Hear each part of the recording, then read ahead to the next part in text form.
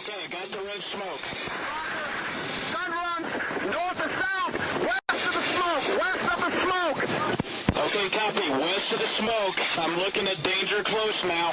Come on with it, baby. Give it to me. I need it. Get cleared hot. Copy, cleared hot. We'll do it live. Do you think he has a trustworthy face? Yeah, I think he does. Yeah. Yeah, Thanks, he's Jack. got one of those like... What would you buy from groceries?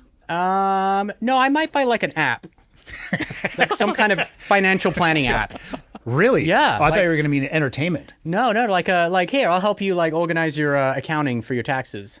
I mean, it's good, better than my accountants. Dude.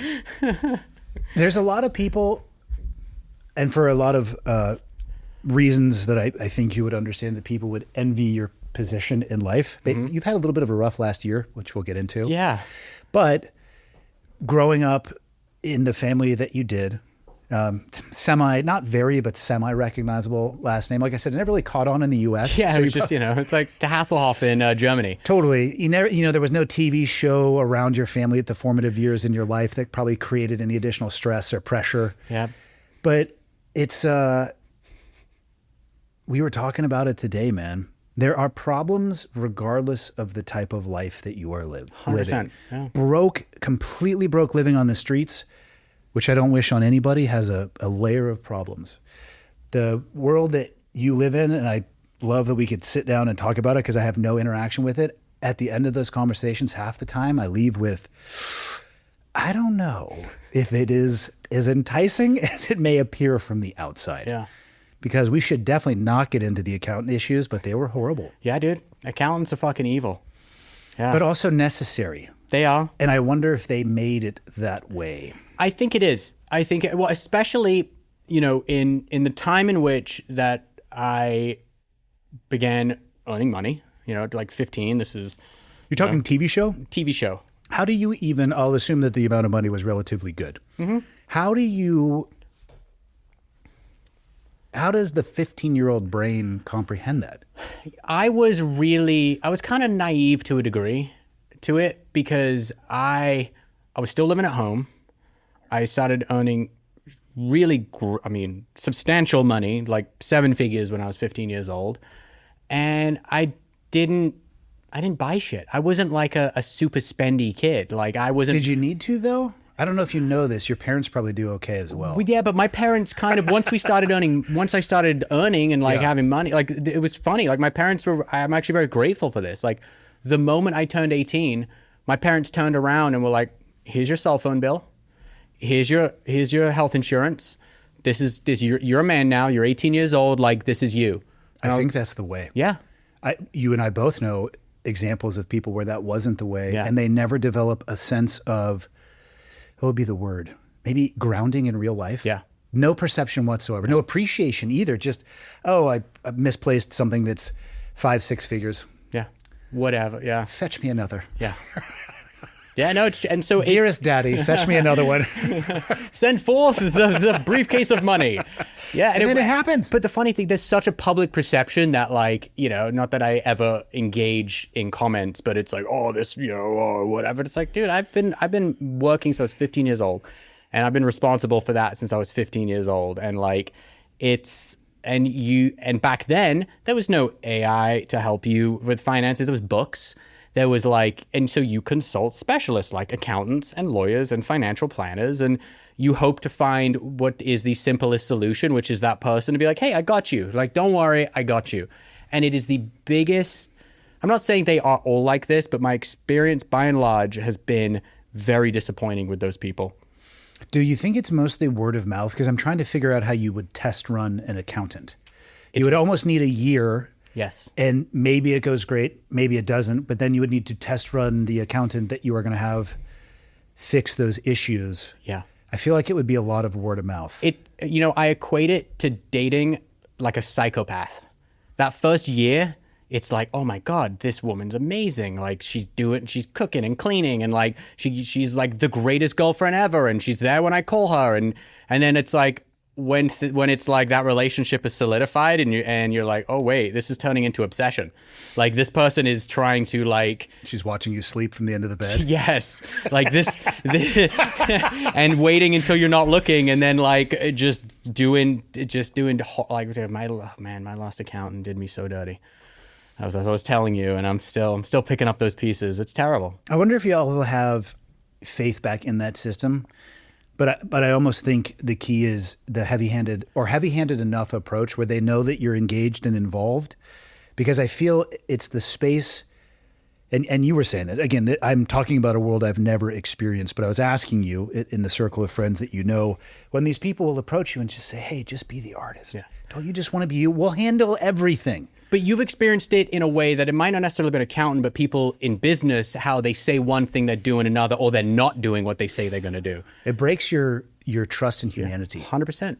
Because you're like, wait, I trust you said, I trusted you, like, and it's really hard to kind of come back from that, because and at the end of the day, the Uncle Sam is calling me when there's a problem. It's not like, it's calling my accountant being like, hey bro, like, they don't, and you sign away. They have you sign contracts, which basically is like, oh, we are not responsible for any f-ups with the, IRS or, whatever tax, state tax board or whatever. I wonder if you would see a doctor that made you sign those same type of things. I don't know if you would. Yeah. Do accountants have accountants? I think. Like the guy who screwed you over. Does he go to his buddy and say, "Hey, I need you to do me right because I did this guy dirty and I'd have to hide this"? I think they just know the secret sauce, how to hide it. Today's episode is brought to you by Paluva. How many of you have worked on your sleep? You've dialed in your workouts, you're managing your stress. But the one thing you're not doing is paying any attention to your feet. Your feet have been holding you up this whole time while you're working on everything else, waiting for their day in the sun. Did you know that each foot has 26 bones, 33 joints, and roughly 29 muscles? Yeah, 29 muscles. Conventional shoes engage only a handful of those, and the rest can sit dormant. Paluva's 5-toe slots restore natural toe splay, and they have a zero-drop platform which keeps the heel and forefoot on the same plane. Plus 9mm of cushioning to protect the foot without dulling the ground signal the nervous system reads for balance and position. Conventional shoes engage about 3 of those 29 muscles. The other 26 sit dormant day after day, year after year. It's actually atrophy by design. You think bunions, plantar fasciitis, and hammer toes are genetics? Nope. It's your shoes. An internal study performed by Paluva backs it up. 89% of people report stronger feet, 86% better balance, and 76% less foot pain. Podiatrist endorsed, built on biomechanics. You train everything else, why not your feet? Head over to paluva.com and use code ClearedHot for 10% off. Back to the show. Oh man, but I wonder, does an accountant get more scrutiny from those agencies because they know they know? As far as I know, when the federal government comes after accountants, it's like, we are not giving you any leeway. We are coming for you because that's kind of fair. Yeah, that's their profession. Yep. I feel okay with that. Yeah. It's a dirty world, man. Well, first off, you're never getting away from it. Even what you slightly unpacked, we'll just call it the Battlestar Galactica of the family business. Holy cow, dude. Yeah, it's a lot. You are not going to be done in a matter of weeks or months. You're going to be done, I think, in a matter of years. Yeah, there's a lot of wading through a lot of bullshit right now. Yeah. How you doing with it all? I'm okay. It's it's ups and downs. I drove out here with my buddy Cole, and we were talking about the kind of just all the kind of business side of things since my dad died. It's kind of distracting from like the grief of it, to where you're like, oh God, I'm grieving the loss of this, important person, but yet there's all this stuff we got to take care of. And it's just this strange, like, how do I focus my energy? And it's so stressful. I tried to check in on you, but also give you your distance at the time. It's tough, man. I lost my mom in my 30s, and all I can say about grief is I don't think there is a journey or a path. Everybody is on their own walk with it. And there would be times, years, where I would feel like I was very, very well accustomed to my mom being gone. Mm. One of the things that scrambled my eggs the most is I accidentally pulled up a voicemail from her years later. Holy cow. And the fact that it was unexpected, I don't know how I got onto it. Yeah. That one pulled me back into it for a bit. But I think it's okay to go through those seasons. Don't put pressure on yourself. Yeah. There's, I mean, again, plus you guys, there's a lot. Yeah. And like the cool thing is, like, you know, I've had those moments where like something weird will happen, you know, like I'm like, oh shit, no, like it'll pull me back into just thinking about my dad. And it's like I'm okay with it. Like in a weird way, it's like I'm okay with like the pain of it, because I think it's what's that, you know, that cliche, you know, the pain you feel is like a measure of how much you loved them. And it's like, hey, that's okay. It's the price we pay. I think you'll come to appreciate those moments. I have, because you will, years from now, you'll live a large portion of your day or week or month. It won't cross your mind as much as it does now. I've learned to appreciate those points where I'm a little bit stopped in my tracks and pulled into it, because it's always going to be my mom, right? Yeah. And I don't have the vocabulary for the impact that she had on my life, but also life happens. And now I'm a father to 3 children as well, and all the stuff that goes with that. It's complicated. Yeah. I'm glad to see that you're doing well, though. How long after that final concert did he pass? What was it? 17 days. Did you have any indication when you were there that he might have known he was coming to the end? The time, like, again, random thing happens in life. Yeah. But oh my, like you were saying at the coffee shop, or we're doing jiu-jitsu, world's greatest mic drop. World's greatest mic drop ever. Yeah. I mean, holy hell. Yeah. Yeah, you couldn't write it. Yeah, I think I did. You know, I there was a couple, I just had this feeling, you know, just weird. Well, you had dealt, ever since I first met you many years ago at Origin Camp, I think your dad was going through surgery the very first year. So it's not as if, and I see this with my own father who turns 80 in January. Age is real. It's coming for us all. Not me, of course. I'll just live forever. Yeah. Just keep, you know, doing what you're doing. But man, I mean, I can look at my dad, you know, for 3.5 decades down the road and say, okay. And I do notice things, and I notice more things. So, I mean, I know that time is finite. My father will pass at some point, and it's, I know you were dealing with it for quite some surgeries and stuff like that, like the nerve stuff. Yeah. Yeah, I had like a sense of it, and we all I mean, he was so, people, you know, I've spoken about this, but he was so sick leading up to the show, so much so that 2 weeks before the show, he went back into hospital in England, and like pneumonia type sick, or what was no, going on? he took a fall and he fractured 2 vertebrae in his back, and they went and did that like cement stuff where they, like, you know, seal the bones. And he got sepsis in like January of 25. And sepsis, when you're sick in your 70s, it's amazing that he kind of pulled through it. And they had him on like IV antibiotics for like 2 months, and it just rocked him. As it does. Yeah. And he just had all these kind of cascading like issues, and leading right up. The show was like on again, off again. It was ping pong. And 2 weeks before, the doctor was like, dude, like you shouldn't be doing this. And he's like, I'm doing it. And, you know, I kind of saw, you know, he wanted to do it more than anything. And it was like, okay, dude, like like this is your journey. Like, we're here to support it. Whatever you want to do. If you want to cancel it, we'll support it. If you want to go, like, it's all in. And I just, he was like, let's go. And so, yeah. My mom passed about 2 weeks after I got home from my last deployment. Wow. And in talking to my dad and my sister, they both think that she was, and not negatively so, but holding on to make sure that she got to see me again. I wonder if there was an aspect of that for your father saying, I'm going to get through this. And then shortly afterwards for my mom, her decline was pretty precipitous. Yeah. It was kind of strange because at the show, it's the 1 year anniversary is like on Sunday. Is it really? Yeah, from the show. Of Jocko smiling for the first time? Of Jocko smiling. He was like when the Grinch's heart just blink. He had to have been side stage or backstage, right? Oh, yeah. But here's the thing about Jocko. Like, he socially engineered his way everywhere. Like, he was like up in the mix and on side of the stage. It was great, man. I was running into him all day, and he just had this big old smile on his face. Good for him. Yeah, he had the best time. And I'm so glad he was there. But like that, so on the, what was it? On the Thursday before the show. So the show was on Saturday and they sound checked all the bands and stuff. And they did like a big photo shoot with everyone that was performing. And I was hanging out and in the backstage with a bunch of guys, and I was sat there with the guys from Metallica, and Lars was like, man, this is awesome. He's like, I love this, because usually when it's like this kind of reunion, it's at someone's funeral. And I was kind of like, oh yeah, you know, but I was like, but this, I said something along the lines of, except this is like a happy day.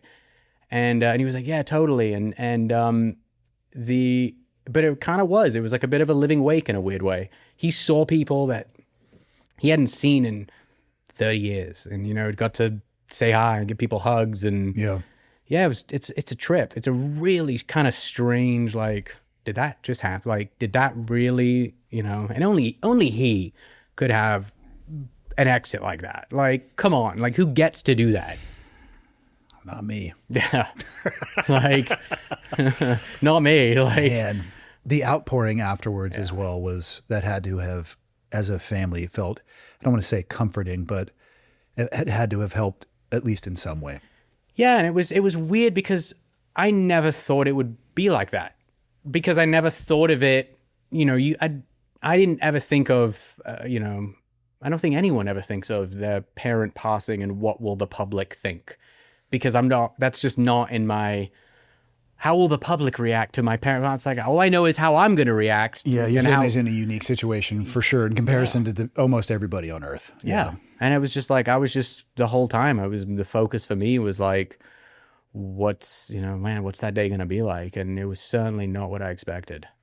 Yeah, you weren't over in England when it happened, right? You were back in the US. Yeah, that's rough. Yeah, I just got back, but in a weird way, I'm kind of grateful in a way, because I got to spend a week with him at the house post concert with my kids, and it was like, man, it was great. It was chill. He was laughing. We were like, you know, in England we have the tabloid newspapers, so like every, you know, day after the show there was like another article about the gig and like all these memes. And it was the first time he'd done a gig where, because he wasn't on social media before he got injured, because he was like, why do I need to be on social media? I guess. And so by this point he had TikTok and Instagram, and he was like seeing stuff coming through his feed, and he was like, it was like instant response. And so he was kind of like laughing at all, like, and like stoked at all the, you know, social media buzz about it. And it was just, yeah, it was funny. It was just like an interesting thing to see.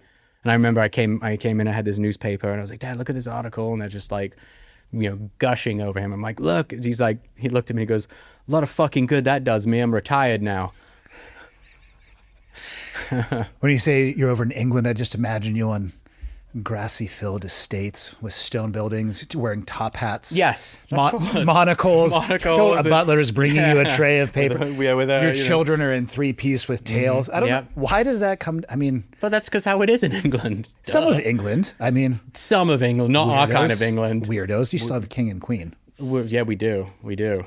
Yeah. Do they really have that much power anymore? I don't know. A part of me thinks that there's probably an element of influence, because like they meet with the prime minister once a week. Which is, there's got to be some kind of influence there. Like if the prime minister is going to do something crazy, and I'm sure the king would be like, yeah, I don't like that.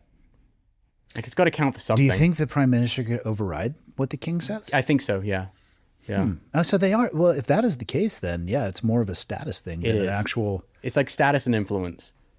Because in England we have like the House of Commons and the House of Lords in Parliament. Lords. And like the House of Lords is kind of like, I feel like that's a little more aligned with like, you know, British aristocracy. Here's the crazy thing about lords.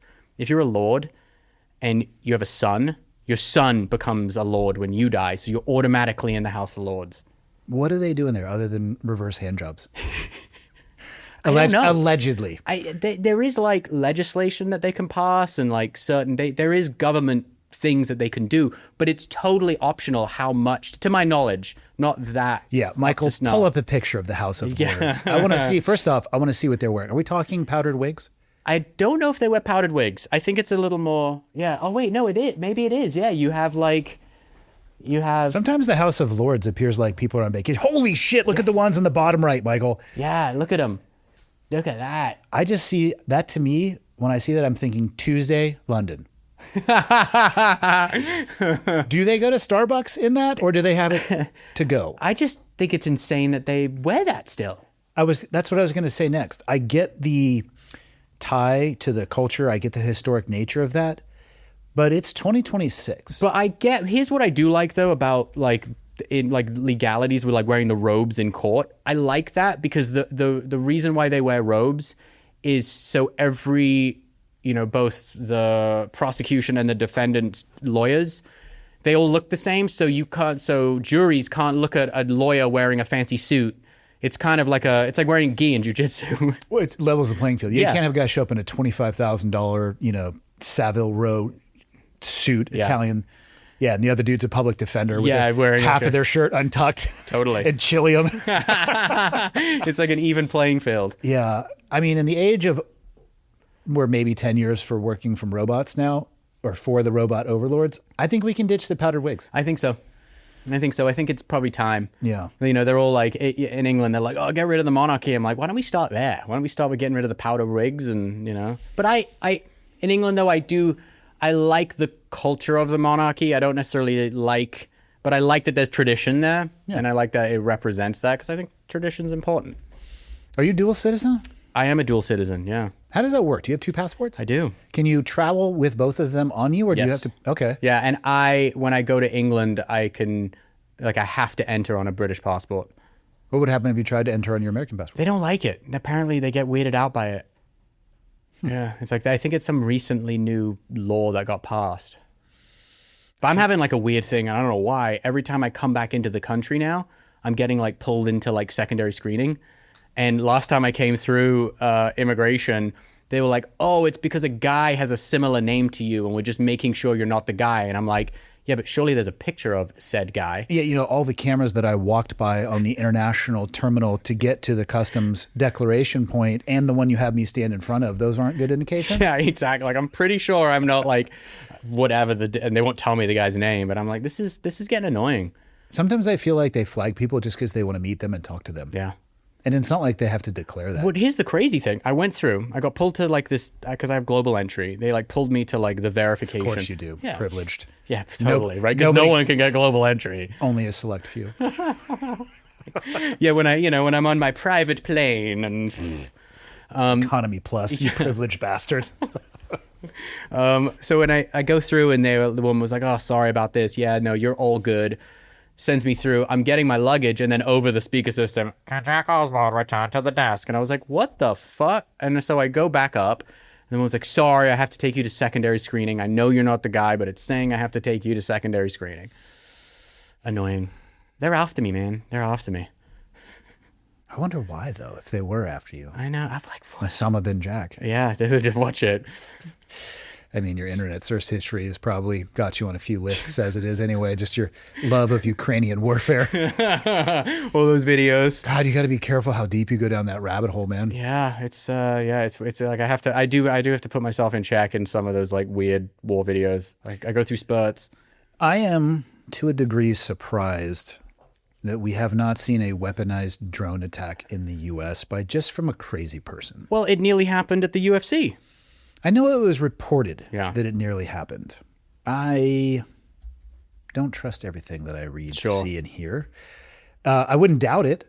I mean, we were talking. I'm here to give zero people ideas on what to do, but let's just say the tech it exists, readily available. If you have a credit card and an internet connection, you could figure it out. I'm surprised it hasn't happened, and I'm not looking forward to the day that it does because I do believe it's a certainty. But man, I really think that changes things. Yeah.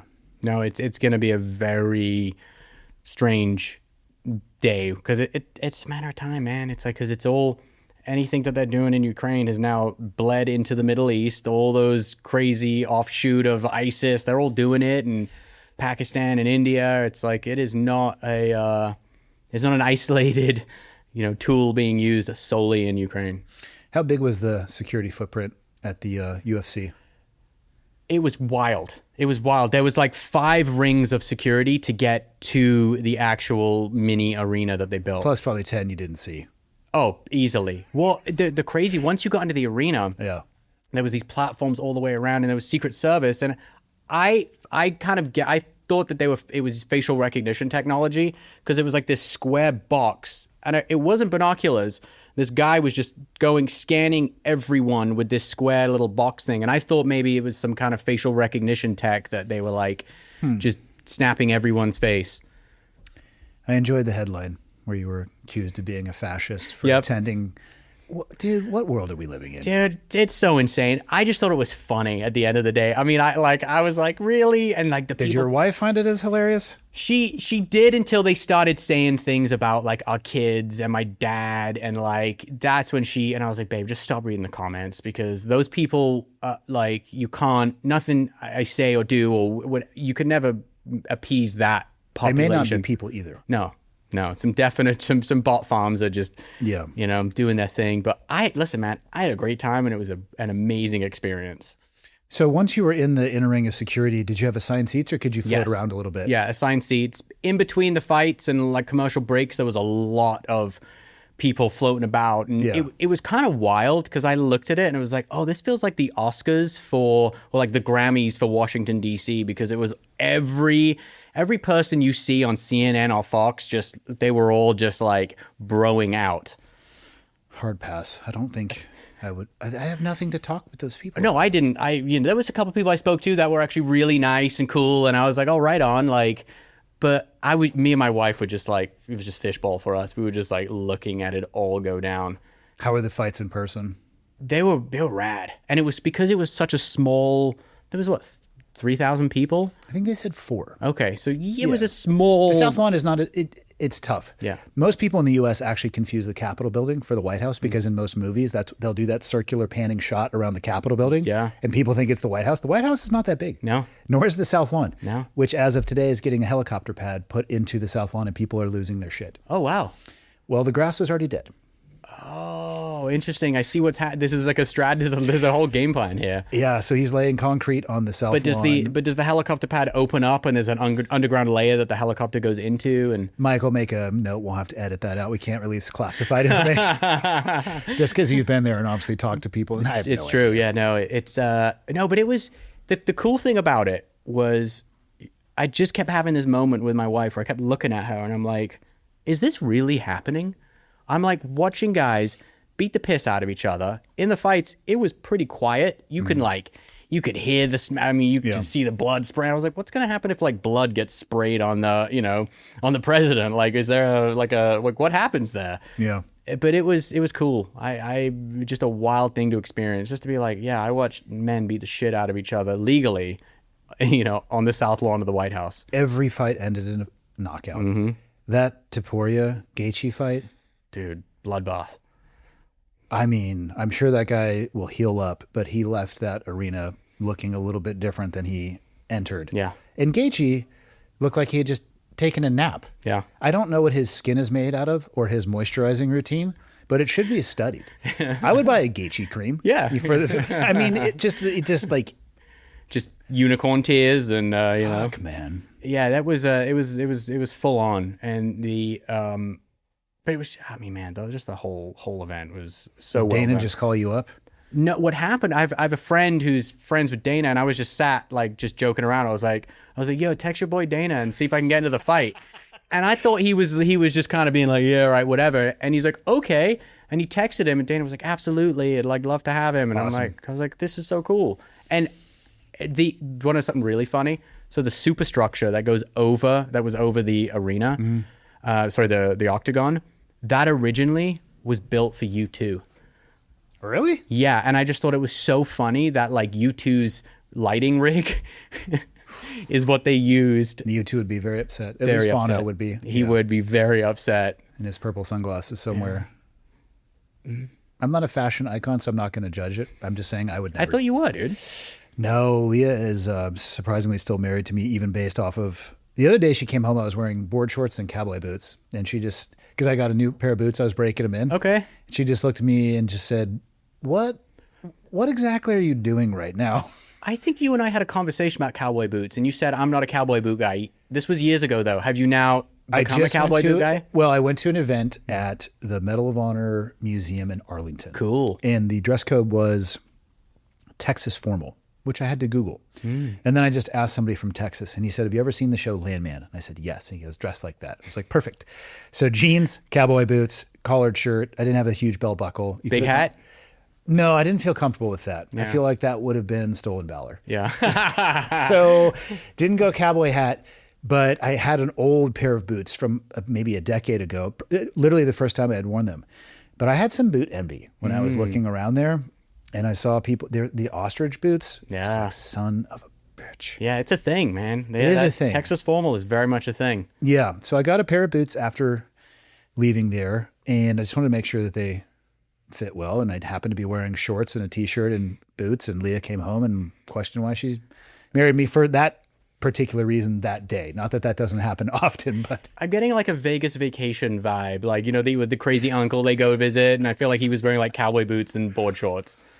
I mean, it worked. They're comfortable. They're quite comfortable. They're easy. They're easy to travel on just because you can just slip them on and off when you're going through a little security. I haven't done that yet. I don't know if I have the confidence in myself to just wear them day to day. I'm not a rancher. I'm worried about rancher stolen valor, or cowboy stolen valor. It's a thing. It is, yeah. I don't want to be the Tim Kennedy of cowboys. Oh, we going there? We going? It's already been gone. Yeah, I mean, I saw a little blip where you. Yeah. There's nothing to do other than, God, I wish he would have taken a different tact, man. Yeah, it's kind of a weird move. Everything he had done was enough. Yeah. And I think a lot of people fall into that, victim of that, and they want to add to it or layer to it. And I don't know why, and I haven't asked him and talked to him since. I talked to him briefly before I put the very short episode out that I did, just to let him know that I was going to. Haven't talked to him since then. Yeah. So yeah, it's strange. But, you kind of see it in, I think, a lot. I don't necessarily think it's solely...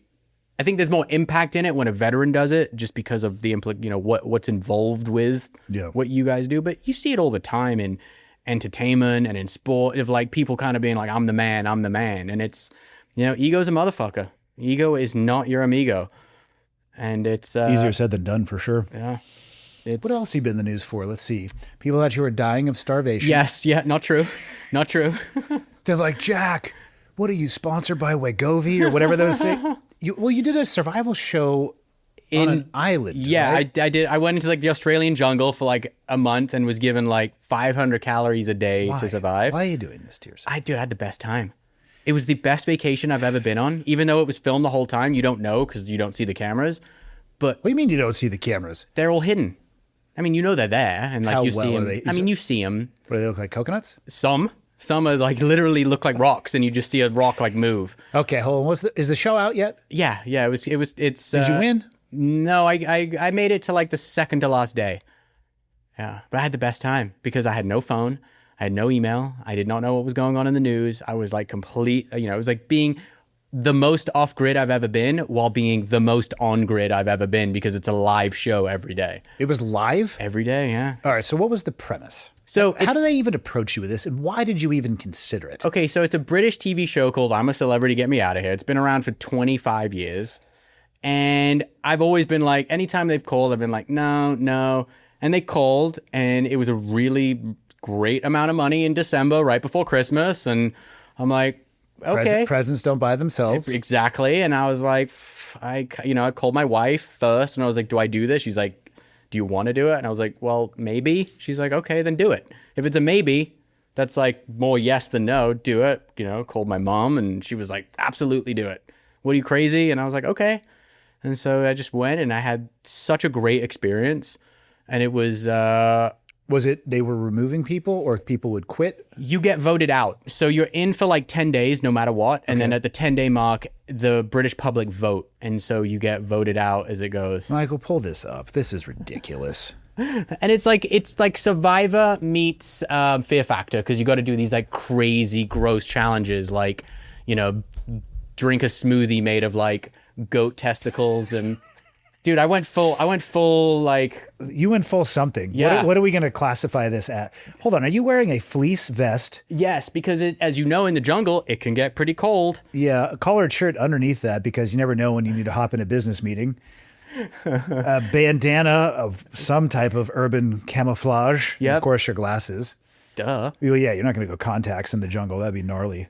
Yeah. I had Did to- you have to create your own living quarters? They give find you your own no. They give you a food? living quarter, and they give you win food. So like the more you get stars, and each star equates to one portion of food. So the more stars that your people go out and win, you get portions of food, and like it, dude. But it was like, dude, it was great, man. I had like I was in there with people that some of them I had knew of. Yeah. Some I had met, and one woman in there I'd met in passing throughout the years, but it was great. It was so much fun. And I admittedly was way too qualified to be in there because I've done enough outdoorsy shit to where I was like, this is fucking easy. Yeah.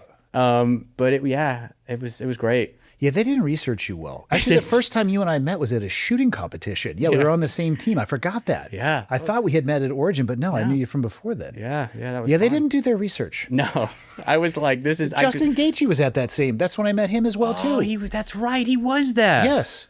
Such a nice man. Yeah. That was. Hoyce was there. Yeah. That was a great event. I'm bummed that SIG stopped doing it. Yeah, the weather.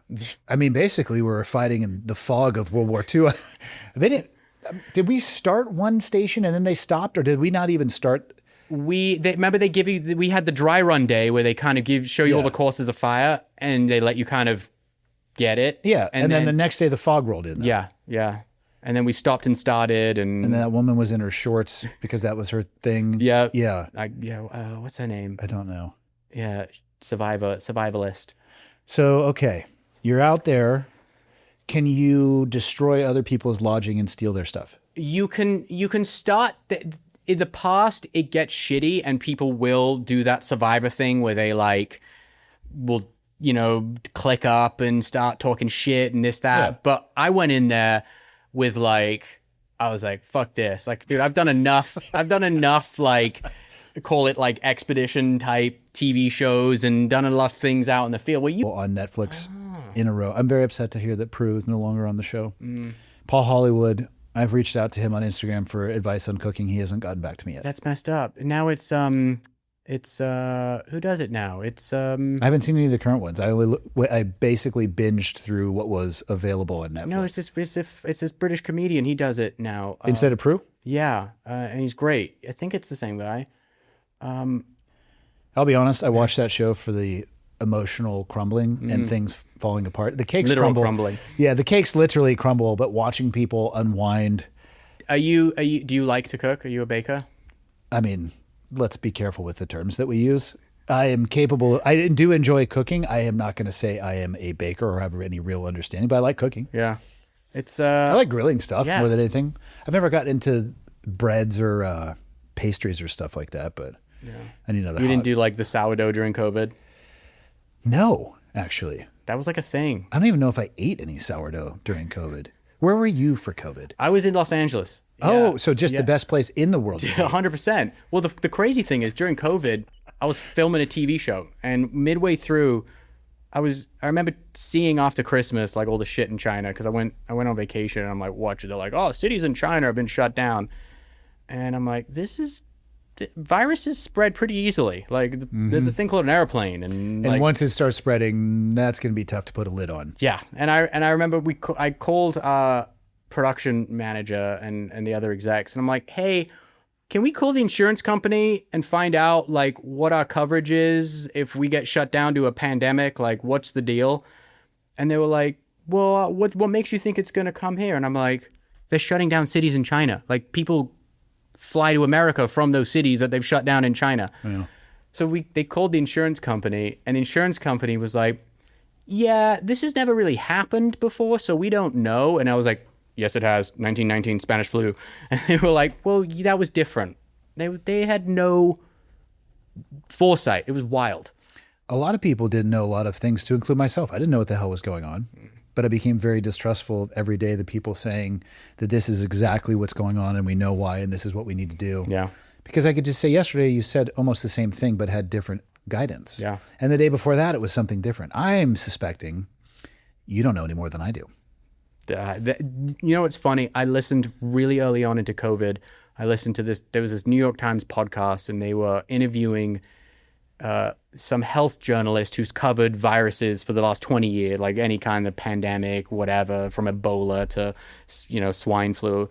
And it was the most accurate thing that maintained the entire time. He's like, people will have vaccine reluctancy. The government's gonna spin up a vaccine really quickly, but the way this is gonna go for the next 2 to 4 years is like a little, you'll step forward, you'll step back, you'll step forward, and literally what this guy said, and it ended up being the most accurate thing. I don't know if there's anything new under the sun other than AI. I don't know what a historical model of that would be. Yeah, but I think, Michael, when was the Wright brothers' first flight? It's just over 100 years. Mm-hmm. And then 60 years after that, we went to the fucking moon, allegedly. I believe that we did. There's a whole community of people that doesn't. Yeah, I'm not saying we did everything that we claimed to in the space program, but I'm pretty sure we went to the moon. I think we went to the moon. I just think the footage that we saw was not from the moon. December 17th, 1903. So we're talking 124 years at this point, or 123 years at this point. 60 years after that, we went to the moon. So it's not as if, there was a time where there was no electricity. There was a time where, there was no radio. There was no TV, radio. yeah. Like, so these things happen, but I don't know if any of those seem to have the societal impact of AI. So I don't know where that leads. I think it's like anything, right? It's like the internet, just in general. The internet can be used for some really cool things, and it can be used for some really fucked up things. And I think that's just the way it's going to be with AI, and it's going to be this constant kind of battle of good and evil. But how do you keep up with it? I think you have to have good AI fighting bad AI. Yeah, that's really what will happen, and you're seeing it. You're seeing it with like ChatGPT versus Claude. Like, Sam Altman is kind of in this weird, like, yep, fuck it, like, I don't care place of AI. And then you've got the folks over at, Claude and Google that are trying to be ethical about it, and it's there. How much do you think that the heads of those companies truly understand about their product? I don't know if he would be a good guy for you to get on the podcast. He's a buddy of mine, a guy named Conrad Flynn. You should go watch his Tucker Carlson. Recently? It was a couple, God, when it was like the week after Charlie Kirk got assassinated. Did they immediately ignore him though, because Tucker Carlson has now been keyholed into this propagandist? And I'm not saying everything he said that is true, but it's fascinating to watch the maneuvering of information sources. I think it got some of the stuff that, I think it was recorded before Charlie Kirk died, but a lot of what they talk about on the podcast is and this is where Conrad, like, his area of expertise is the occult influence in entertainment in Hollywood and in Silicon Valley. And like, there's a lot of stuff that. What do you mean by occult? Like Satan worshiping? Yes. And like, and is that real? At first I was like, and then when you start listening to like what Conrad lays out as far as who is citing what authors, and like Sam Altman, what he talks about this, I don't remember this author's name, but there's a certain author who's a known occultist. His books are like, nope, this is like where this comes from. And like Sam Altman is like, that's my guy. And it's like this known thing, and supposedly in Silicon Valley that they're all getting down with some like weird dark arts kind of stuff. You mean they're having ceremonies and cutting chickens' heads off and stuff, and they're wearing robes, not like the English robes? Like the English robes. I don't know if it's to that point, but there is a lot of like occult practices with like divination and like weird ritual type stuff. Do you think that's crazy? Well, crazy we'll put at the end. Rich, influential people getting to a place where because they can have and do anything, they start doing weird shit. Yes. It becomes crazy. 100%. Or do you think they were like that before? I think it's a bit of both. I think you kind of have to be that kind of person that is curious about, okay, well, how far can I take my power, and what can help me take it to that level? Because it's good. Well, the good versus evil thing it's the first battle humanity ever saw. And so I think that just as you'll see people that get a lot of fame and power and money, and they go, oh, I'm gonna become a philanthropist, and I'm gonna try and do good, and I'm gonna lean into that. There's not that many of them anymore, but I think you get that same kind of personality is like, I want more power, and what is going to give me more power? And it's, oh, have you tried this strange kind of dark art? I don't know. God, those have got to be weird clubhouses. Dude, like, can you imagine because I think a lot of those billionaires, I mean, they can literally do whatever they want. If they have an island. Yes. They have an island and a Rolodex with a lot of people in to invite to said island. But again, that Rolodex was also rich, influential people that, I don't know, maybe does life just get muted and boring when you can do anything You know at what any I time? You know what I kind of in talking with Conrad, I kind of landed at, like, it all comes down to sex. It literally all boils down to that. All these guys who are these big old nerds like Michael, and Totally. Except for the billionaire aspect. Unless you are, you need to, I would like some that you royalties. know of. you know, it's the one thing that they eventually go, well, I never really got a lot of ass, so I'm gonna stop buying it, and like figuring out how to like get into that. I think sex is a driver for a huge amount of like the crazy shit that has gone on. And I would say it's a huge driver for all humans to a degree. But yes, I think if you were, let's say, in the chess club versus the starting football quarterback, there's probably a asymmetry in ass appropriation. Yeah. So yes, you get to a place then where It is not apples to apples. Yeah, then you arrive at a place where you could look probably and just be a absolute slovenly example of a person, but you have 11 figures associated with your name. You might be beating it off of you with a baseball bat, or just wearing robes, you know, Doing weird stuff. I feel like the cucking chairs are very ergonomic, you know, the finest leathers. I mean, Yeah. God. Man, it's like, it's a, you know what I'm waiting for? Here's what I'm waiting for. And I wonder if it will happen. When is a billionaire going to buy a decommissioned aircraft carrier so he can land his frickin' private plane on it? I don't know if they would let them. Dude, Michael, really? will you please Google if you can buy an aircraft carrier? I mean, the USS Intrepid is a museum in New York City. There's one, the Midway is in San Diego as well. Yeah. So, I mean, someone's got to own that, whether it's a nonprofit or, because I don't think the government That is owns a it. good question. I wonder who does own those. I feel like they were probably gifted. God. You cannot legally or practically buy well, what if it's not operational? Also, though, Elon Musk as a trillionaire, which is a number I don't understand, I feel like he could build his own. His own. He doesn't need it to be weapons grade, but he could build an aircraft carrier. And why couldn't he have a nuclear-powered boat? If you want to talk about somebody who has the means and the capability and the knowledge, not himself personally, but access to the people who could do it, Yeah.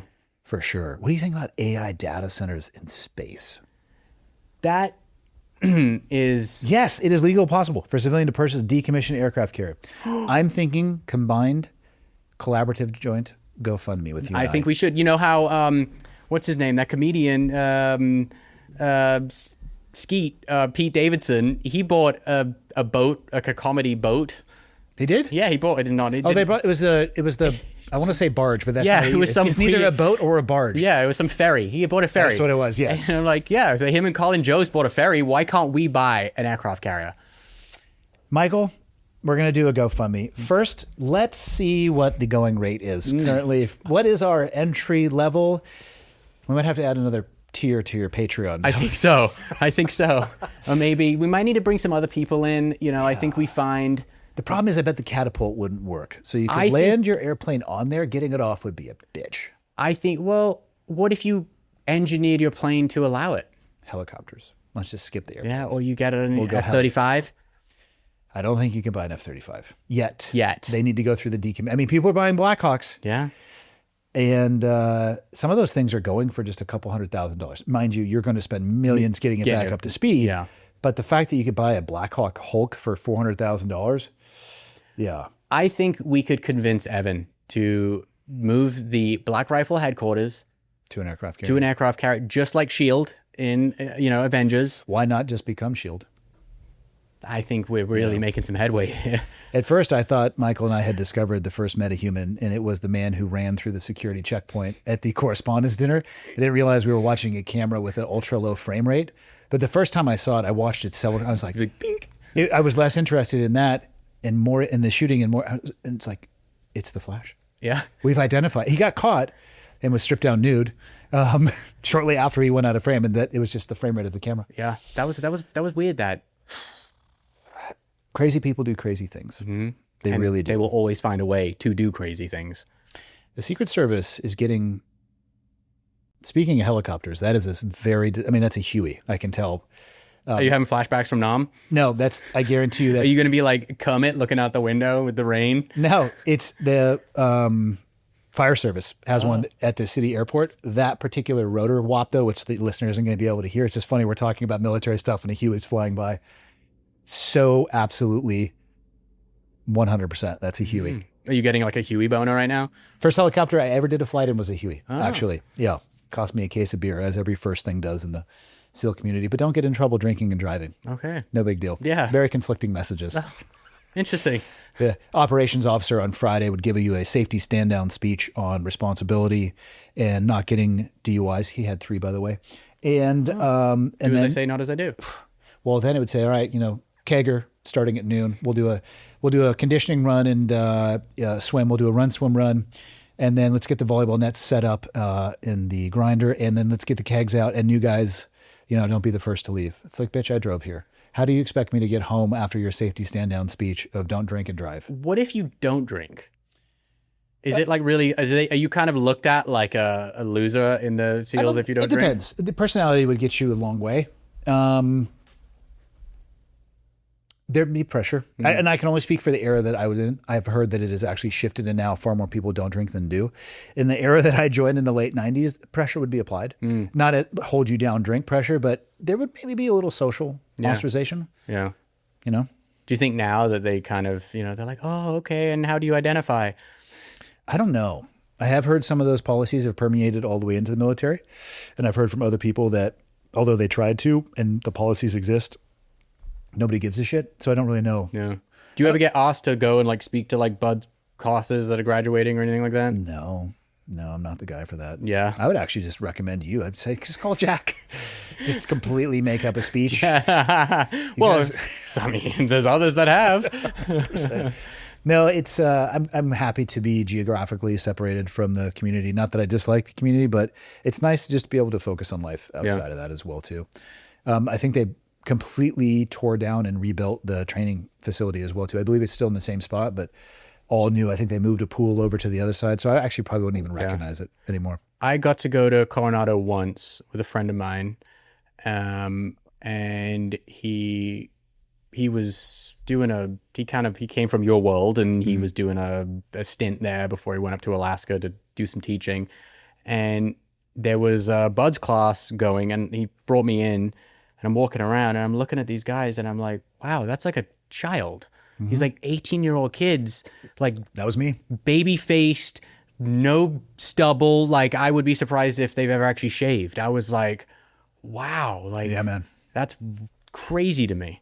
When I went back as an instructor, that's how I viewed the students too. And many times I sat and wondered if I just assumed that all instructors view the class as that because there are older people, mid-20s, happens occasionally, but yeah, man, they're young and they're getting after it. I can appreciate that for sure. Totally. Yeah. I mean, dude, to be 18 and being like, nope, I'm going to go do that. And see it through. Yeah. Like that takes some, that's a strong head. Or lack of intelligence in my case. Just no better plan B, really. Just like, okay. I didn't have a plan B, which is not necessarily what I would advocate and say is responsible, but I would also say be careful how sexy your plan B sounds. Yeah. Because the buds instructor's role is to remove all hope and to make you think that all of your other options are more enticing than graduation. And we have effective tools. Did you ever come close to being like, fuck it, I'm out, I'm done? I don't remember ever feeling that way. I mean, for me, we're talking almost 30 years ago, and the body has an amazing ability to round the edges of painful experiences. So I've fleeting memories of training at best, but I don't remember ever getting to that point. At some point, the people who quit become an incredible amount of motivation for you to keep going. Yeah. And that can be a harsh thing for people to hear, but that is the reality. If you are able to accomplish things that others can't, and you want to go down that pipeline, it's just a log that's thrown on your fire. Yeah. It's funny, like doing, climbs and different adventures and stuff that I've done. Like I sometimes I have these moments where I was like, I have a really nice warm bed, not very far from here. Yeah. And if I just go, I'm done, I could be in that warm bed. And it's like, that's such like a corrosive. Yeah. See, you could be a buds instructor because basically we say the same thing, just in different terms. Foldable tables with steaming hot chocolate on them. Donuts. Oh, you'll do that? Oh, yeah. And you'll tell the entire class as they're doing surf conditioning in the middle of the night, we just need one person to quit. We'll stay out here, just one. And whoever does, you can pick however many donuts you want. You can have all these. You can pour this hot chocolate on yourself if you want to, but just one. And then you'll get one eventually. And then the goalpost shifts a little bit. Maybe two. And it just... Wow. Yeah. That's so, but it's all mental. But It's is it all a thing mental. as an instructor? Is it kind of just like, well, how long will you let that go for? So what the students don't know, but I'm sure they figured out in the internet era, is that the training is actually very regimented. There are cold water immersion tables. There is a precise amount of time. What the students don't see, especially at night, we'll turn them around and we're on the beach as the instructor staff, that all the vehicle lights are pointed in their face. Yeah. What they don't see is a fleet of doctors, MDs, looking at all of the students. They don't see somebody off to the side on one of the flanks with a thermometer in the water to check exactly what the water temperature is, because How we're long going you can back keep to an them. Excel spreadsheet, because if you go beyond that, the instructor staff will get in an immense amount of trouble. And oftentimes, especially in the evenings, the leadership is there because that's when people just start ejecting. But there's an immersion timeline, and then you have to get them out of the water. So all these sessions where we're trying to entice them with treats or blankets or whatever, somebody's got a stopwatch and we're fucking with them until the appropriate amount of time. Then they're going back in the water anyway. Yeah. And they'll be in and then out. And then you can only do it a certain amount of time. But again, the job of the instructor is to remove hope. So of course the narrative is, gents, this is all we have on the schedule for tonight. This is the only thing we're going to do until the sun comes up, which is a total lie. And then you can set up for them a game that they think that they are winning, a super stupid game. Like, what's the head count for your class right now? And they get it in the timeline. Okay, because you guys got that right, we'll go ahead and move on. Actually, the reality is we're at the bottom of the Excel spreadsheet. And it's time to move on It's anyway. time to move. Wow. But you don't know that as a student. It is so chaotic. And by that time, especially during Hell Week, you're probably by Tuesday, you're a little loopy, if not a lot loopy. And towards the end, as a student, you think you're moving at this incredible rate of speed. And when you augment the Hell Week classes as an instructor by Thursday, Friday, it is so boring because they're moving at the pace of a corpse. And they think they're just running as fast as possible, but it looks like an almost dying person because they're almost dying. Yeah. Yeah. And then it's just about keeping them awake more than anything. And they feed you guys pretty good though, right? Every 6 hours. I mean, you can eat as much as you want. Wow. And you're still going to lose weight. Yeah, of course. You know. I mean, you're probably burning 8,000 calories a day. Not like you, of course, sponsored by big GLP-1. Yeah, it's just like it to the neck.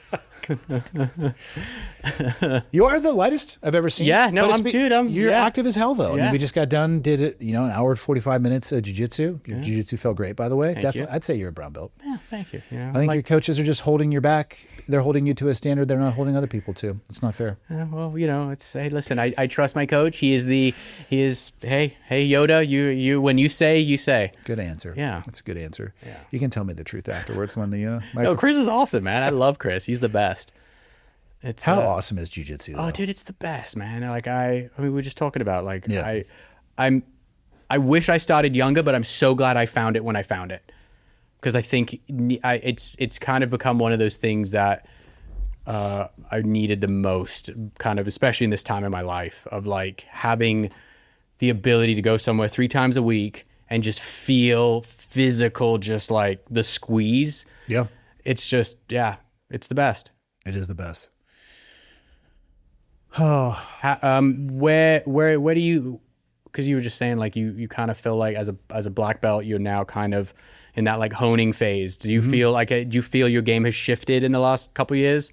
I would have to ask the people that I roll with. I can say my approach to my game has shifted. What I'm working on right now is earlier recognition of when I need to let go and move on to something else. Because you can really get ahead of people if you don't hold on too long. Yeah. And just I'm trying to accomplish more with less, which is a concept that was expressed to me as a white belt. It didn't really grab a hold of it at that point. It was, let's just do more with more, which is exhausting. And that's how your knuckles get all tore up. I mean, I take a lot of grips when we're playing gi stuff, but also I don't death grip it. I'll let people break my grip. I just don't care. Yeah. I found it to be more sustainable, and also I guess I would say I'm working on, instead of trying to do something, trying to recognize what is available based off what the other person is giving me. Yeah. As opposed to trying to impose your will. And it's been interesting. I've seen in the last 6 months more, not that I can execute the opportunity, but in my head, I never thought about doing that there because I was trying to force something else. Yeah. It's been a cool journey. Yeah. So, yeah, people who are in a rush to get their belts, I'm here to tell you, there's not actually anything at the end of that journey. Yeah, no, I'm like, I love being a purple belt. It's Yeah. like I've learned the most. I've like really, like, I've just enjoyed it. Only Derek Moneybird can get his belt in 2 years. What you were saying. This is true. You trained with him and gave him your stamp of approval. He is. I have not trained with him. No, I'm just making things up. Well, yeah. But the people that gave him his black belt, I think that's the conversation. It's not necessarily with him. It's like, okay, like, let's talk about why and how, and if you guys, explain why he's a black belt. Or he could put up one video of him doing a live roll. Yeah, I haven't done that much research into it. I haven't done any. Yeah. But it's something I've heard other people say. Yeah. So it's probably true. Yeah, maybe there is. Maybe I hear Michael's fingers flying over there. So it's but like, yeah. I mean, listen, there have been people that got it. I mean, dude, you got it quick. You got it in what, 6, 5? 5.5. 5.5. Okay, I mean that's quick. But you were also doing 12 to 14 sessions per week. Yeah. A bunch of privates in between, and when I had to travel. I mean, when I was at Blue Belt, I was doing an hour private, then taking Travis's class, then doing open mat. So I would do 3 hours straight. Wow. And I would do that 6 days a week if I could. And then sometimes I would come in the morning and then go in the evening as well too, to double dip on the classes, plus open mats on Saturday and Sunday. Oh, you got the bug, dude. It was awesome. I'm fascinated by the fact you can't master it. Mm-hmm. And also, I was really enjoying not thinking about my divorce at the time. It was a helpful tool to utilize and put my energy into, to just not think about being reduced to an Excel spreadsheet as two lawyers argue between your worth as a human being. Not that you've ever had to go through something like this. Right? God. Well, I remember how do you even describe it? It's the fucking worst. Well, that was like the first thing we connected on that shoot, on the hunting challenge that what was we it did. called? It was called the SIG Hunter Games. That's what I thought. Yeah. And that's what we spoke about the most, was just like how brutal divorce is. Fuck, man. It's the worst, man. Do not recommend. 10 out of 10. Yeah. Don't recommend. Yeah. I did not think I was going to get married again, and I am so thankful that I found Leah and got married to her. I say the same thing to my wife. When I met her, I was like, I'll never get married again, just so you know. And then, yeah. I think it's about finding the right person. 100% is. Yeah. Yeah. And for clarity, I got married when I was 23, the first time. I think back then I probably told myself that it was the right person. I just couldn't have figured the difference in who we would be and what our relationship would be almost 20 years later. Wow. Yeah. 19 years and 11 months was how long we were married. Wow. Yeah. Yeah. I wasn't that long. I was about 7 years with my first wife. And I don't think it makes it any easier that was the end amicable or no? No, but we're good now. We're chill now. Like we text often. She's, we have 50-50 custody with my 3 oldest kids, and it's great. Like she's good with my wife, and we're all good. Like it was a definite readjustment. Okay, what's this new baseline? How does this relationship work? I did some shitty things. She did some shitty things, and it's like, all right, we're good now. Like we got it all out of our system, and we know that like, okay, the kids come first. How do we co-parent and serve them best? How old are they now? 14, 11, 8, and then I have a nearly 4-year-old and a newborn. You're so fucked. Yeah, and they're all girls. What? All girls, dude. Oh, your life is... over. Yeah, pretty much. Pretty much. It's like, yeah, it's over in the most like abundantly loving way possible. How's that 14-year-old doing? She's amazing, but she's 14 and I'm like, okay. Like I don't force anything. If she's just being like, I'm like, all right, that's cool.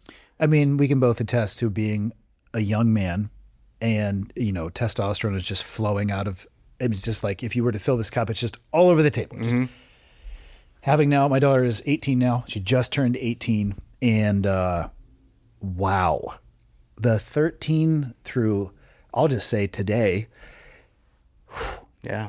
they're, man, complicated little devils. Yeah. And it's like the thing with Pearl is, but she's such a rad human at the same time. Like she can be like so mean and like, you know, but then she'll come out with something so funny and cool and like just is this she's not your typical like LA girl. Like she's listening to like awesome music and she plays bass and she's like got this amazing like mane of curly hair and like she's just awesome. And so even though she can be horrible to me, I'm just kind of like, whatever, you're awesome. Like, Are you ready for her to be driving? we've talked about it, sort of. I asked, I'm like, what kind of car do you want? She's like, I want a Hellcat. I was like, nope. Starter car. Yeah. Hellcat. I was like, I'm getting you a Volvo. You get something slower than that. A smart car. Get her a account to Wagovy or whatever those cars Yeah, are. like, yeah, exactly. Like the drive you car. Yeah. Waymo. Waymo. Yeah. But you know, she asked me the other day because she's going into high school. She's like, are you going to be cool if I get a boyfriend? And I was like, okay, yeah, we should have that conversation. Here's the rule. Like, I don't mind you dating a freshman or you know, what is after freshman? Sophomore. Yeah. That's fine. No juniors, no seniors, because that's weird. And I'm like, and here's the deal. When you start dating, he needs to come to open mat at my gym. Mm-hmm.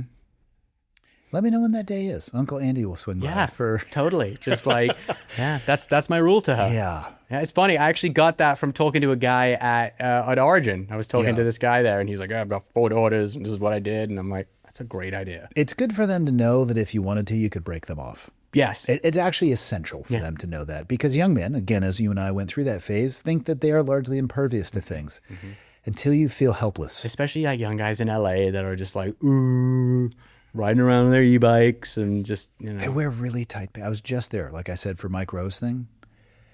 How do you get into skinny jeans? Well, it's fun, dude. The skinny jeans are kind of going away. Now it's super baggy jeans. Now people are back in like Jinko jeans and like real baggy stuff. I understand the baggy ones feel like they're easy to get into. Yeah, and I they're feel comfy. like some of these are spray painted on, and I'm not sure what we're.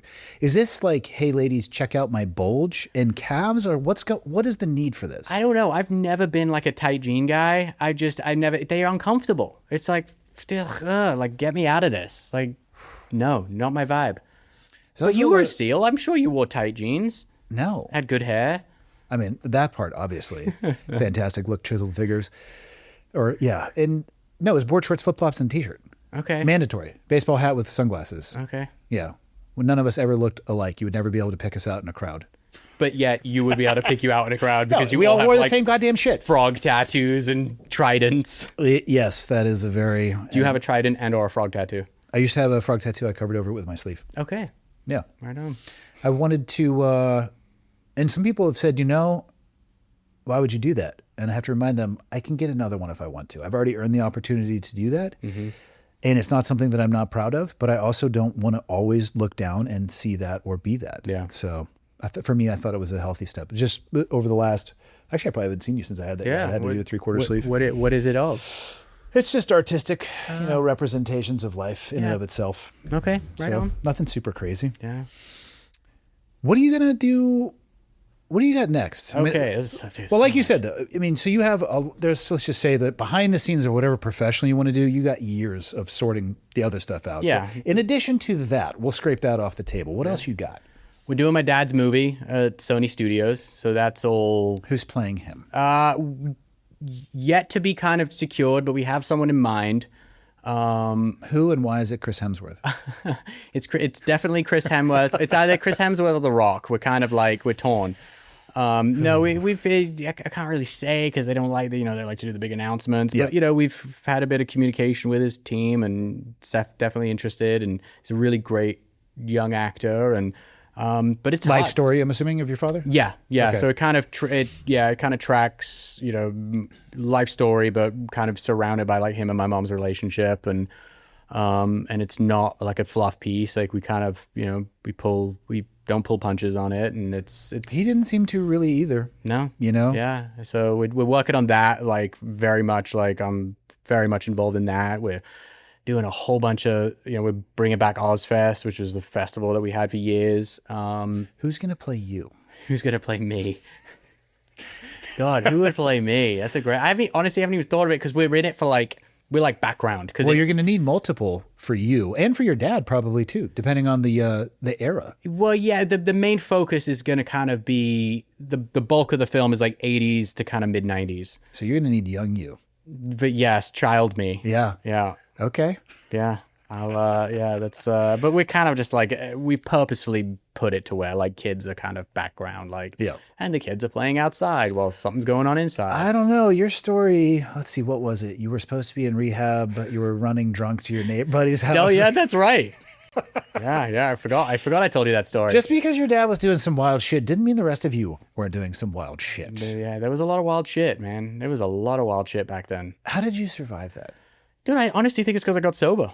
I got sober young, and I took to it, and I really like dove into just recovery, but I think what really kept me in was like the community of recovery. Like I was lacking that. I was lacking like a solid group of guys that didn't necessarily care who I was, what I did, and where I came from. It was just like, hey, we're all just kind of figuring life out. What do you think the driving factor for the sobriety was? Did you realize you just wanted to change your station in life or trajectory? It was a lot of things. It was the realization that like this can't go on. Like this only leads to one, as they say in 12-step recovery, jails, institutions, or death. Like that's really the outcome of this. And I didn't want that. I really liked the kind of, I liked that I figured out how to have fun sober. And I liked the community I was in. It was a bunch of little things that stacked up to bear being like, okay, this is worthwhile, and I need to put the work in to maintain it. And then there's the spiritual solution component to it, which I got sober as like a diehard atheist, and kind of when you kind of go through it and you start to kind of experiment and dip your toe into whatever kind of spirituality, you're like, okay, like there's something to that. Mm-hmm. And I took to it. Did you have to reinvent your social circle? Big time. Yeah, I'd imagine it'd be very difficult if you were trying to be on an island of sobriety surrounded by everything else. Yeah, and it wasn't attractive to me anymore. And I would still go out and like get up in the club in LA at the time. But I went with a posse of sober guys, and we just had the best time ever. And that was figuring out how to have a crazy amount of fun, I think, is what kept me sober. And then as a few years after getting sober, I found climbing, and then I started doing all these adventures and making these adventure shows in England. And it just was like, I was like, man, this is fun. And you've been in the entertainment space for a long time. Okay, so you got the biopic for your dad. What else you got going on?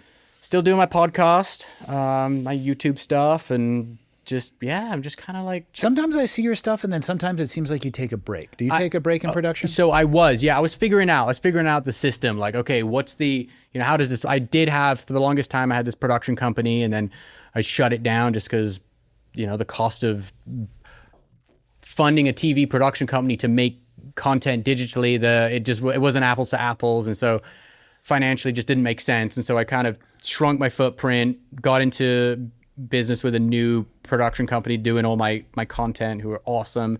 And I've just been a little more consistent with it. Still doing some paranormal stuff, doing my interview podcast, but I'm at a place now where it's like I have 0 full-time employees. Everything's like contracted out. I'm keeping it lean and mean, and it's awesome. Like I'm like, hey, this is great. You also have a good Rolodex of people to pull from. I do. You have a fascinating intersection of your life in the personal and professional stuff that you've done. Yeah. Like we out in the military world, you know a tremendous amount of the same people that I do. Which is kind of weird. It is weird. Yeah. Which I didn't realize until we started chatting at that SIG event. But yeah, you have the public facing names that people would recognize and they'll tune in for it. But you also have a ridiculous of behind the scenes. Yeah, like all the Black Rifle guys, we go back years, like since day one of Black Rifle when it was Art 15. Like I've known those guys and shit, you know Tyler. Yeah, Tyler. Has he done fucking his life up yet, or is he still in the middle of that? Tyler's doing great. Good. Yeah. God, fucking train wreck. I saw some random post from him. Here I am, Christmas Eve at an airport. And I went no farther because there's nothing good that comes from a post like that. And I didn't reach out, but like, dude, what are you doing? Tyler's doing all right. He's hanging in there. Yeah. I I think he's living in Vegas again. And yeah, he's doing good. And he's getting some projects off the ground. And so love Tyler, though. We were roommates. Yeah, that had to have been a journey through space and time. Yeah, that was funny. Yeah, with a lot of video games. Yeah. What's your goal with your podcast? You just like sitting down and chatting with people? Yeah, I like sitting down and chatting with people. I'm not like obsessed with, I don't obsess over the numbers of like, oh, this guest had this, man. I need to kind of, I don't chase clicks. It's healthy. I think there's a lot of, it's a lot of wasted energy. I just enjoy the conversations I have. And then I've got this paranormal kind of side that I do. I kind of have 2 podcasts and where I just retell these like famous paranormal cases. And I have a lot of fun with that, and it's super easy, and like it's just I'm trying to make it as simple and as lean as possible. What's the most compelling paranormal story you've encountered? For myself or heard? Both. Okay, so for myself, man, I've had things where I actually just told this. I was doing a live stream, and someone asked me that.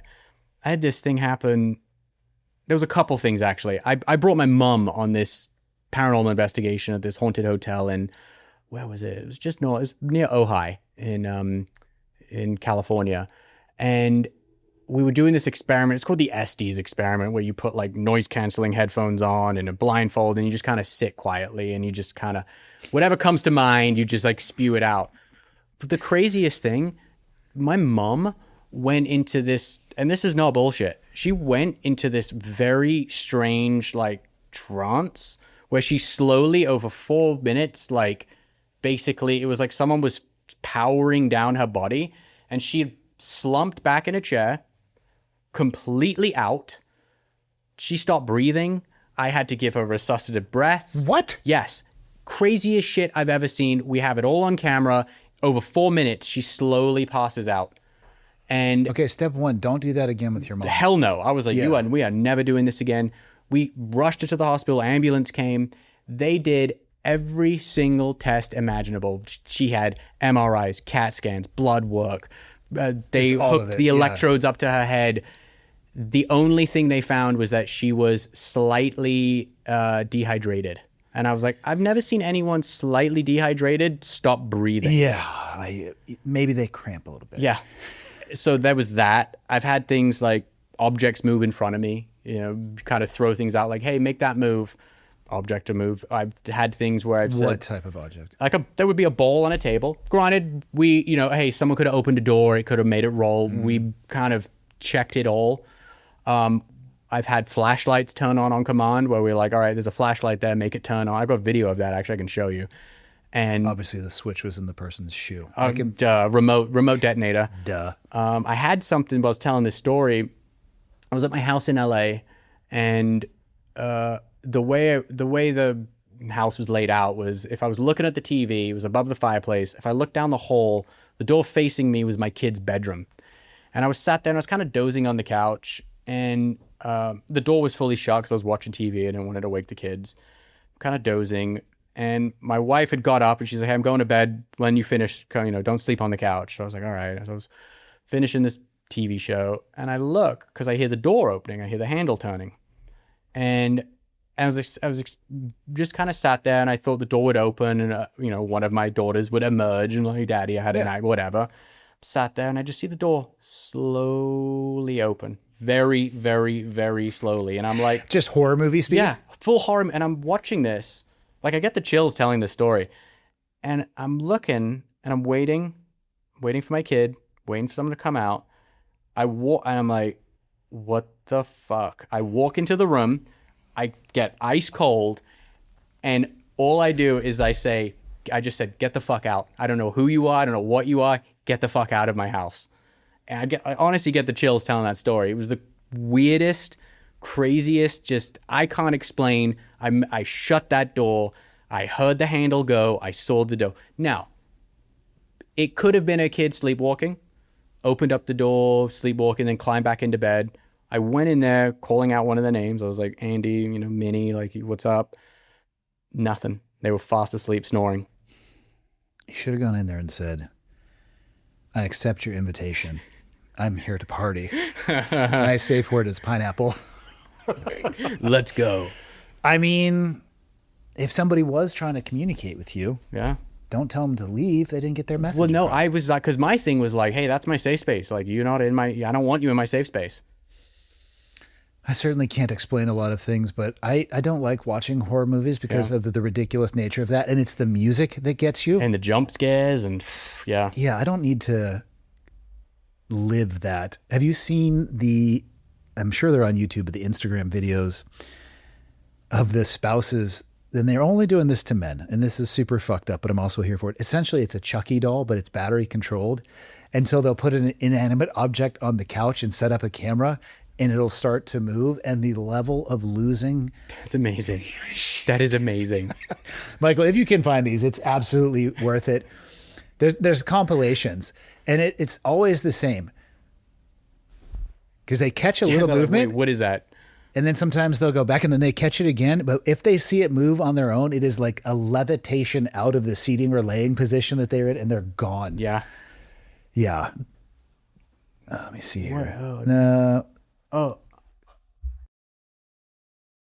How many of you out there spend time thinking about your body's natural collagen production? Yeah, I don't either.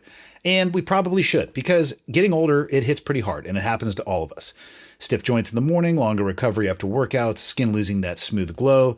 These are things that everyone deals with at some point, and it directly ties into your body's natural collagen production, which begins to decline in your mid-20s. For those of you who don't know even what collagen is, it's a crucial protein that provides structure and support to your muscles, joints, and skin.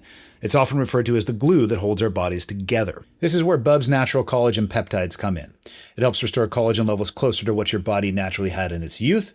This means that your joints, your muscles, and skin are going to get the proteins they need to stay healthy, and your body can continue performing at its best. I also noticed my fingernails grew faster and my hair grew faster as well. It couldn't be easier to use. Just mix Bubs into your morning coffee and you're going to be good to go. Tasteless, odorless, and dissolves instantly.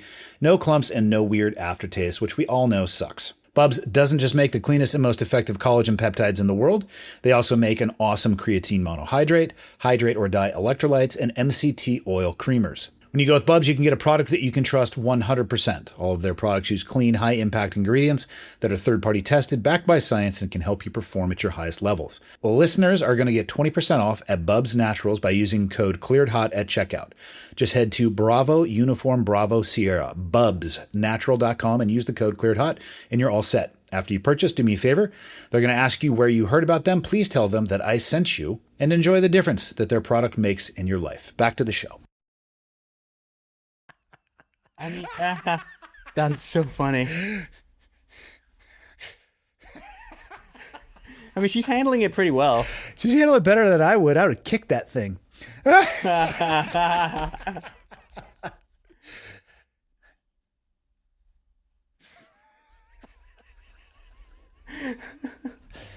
I've never seen anything levitate.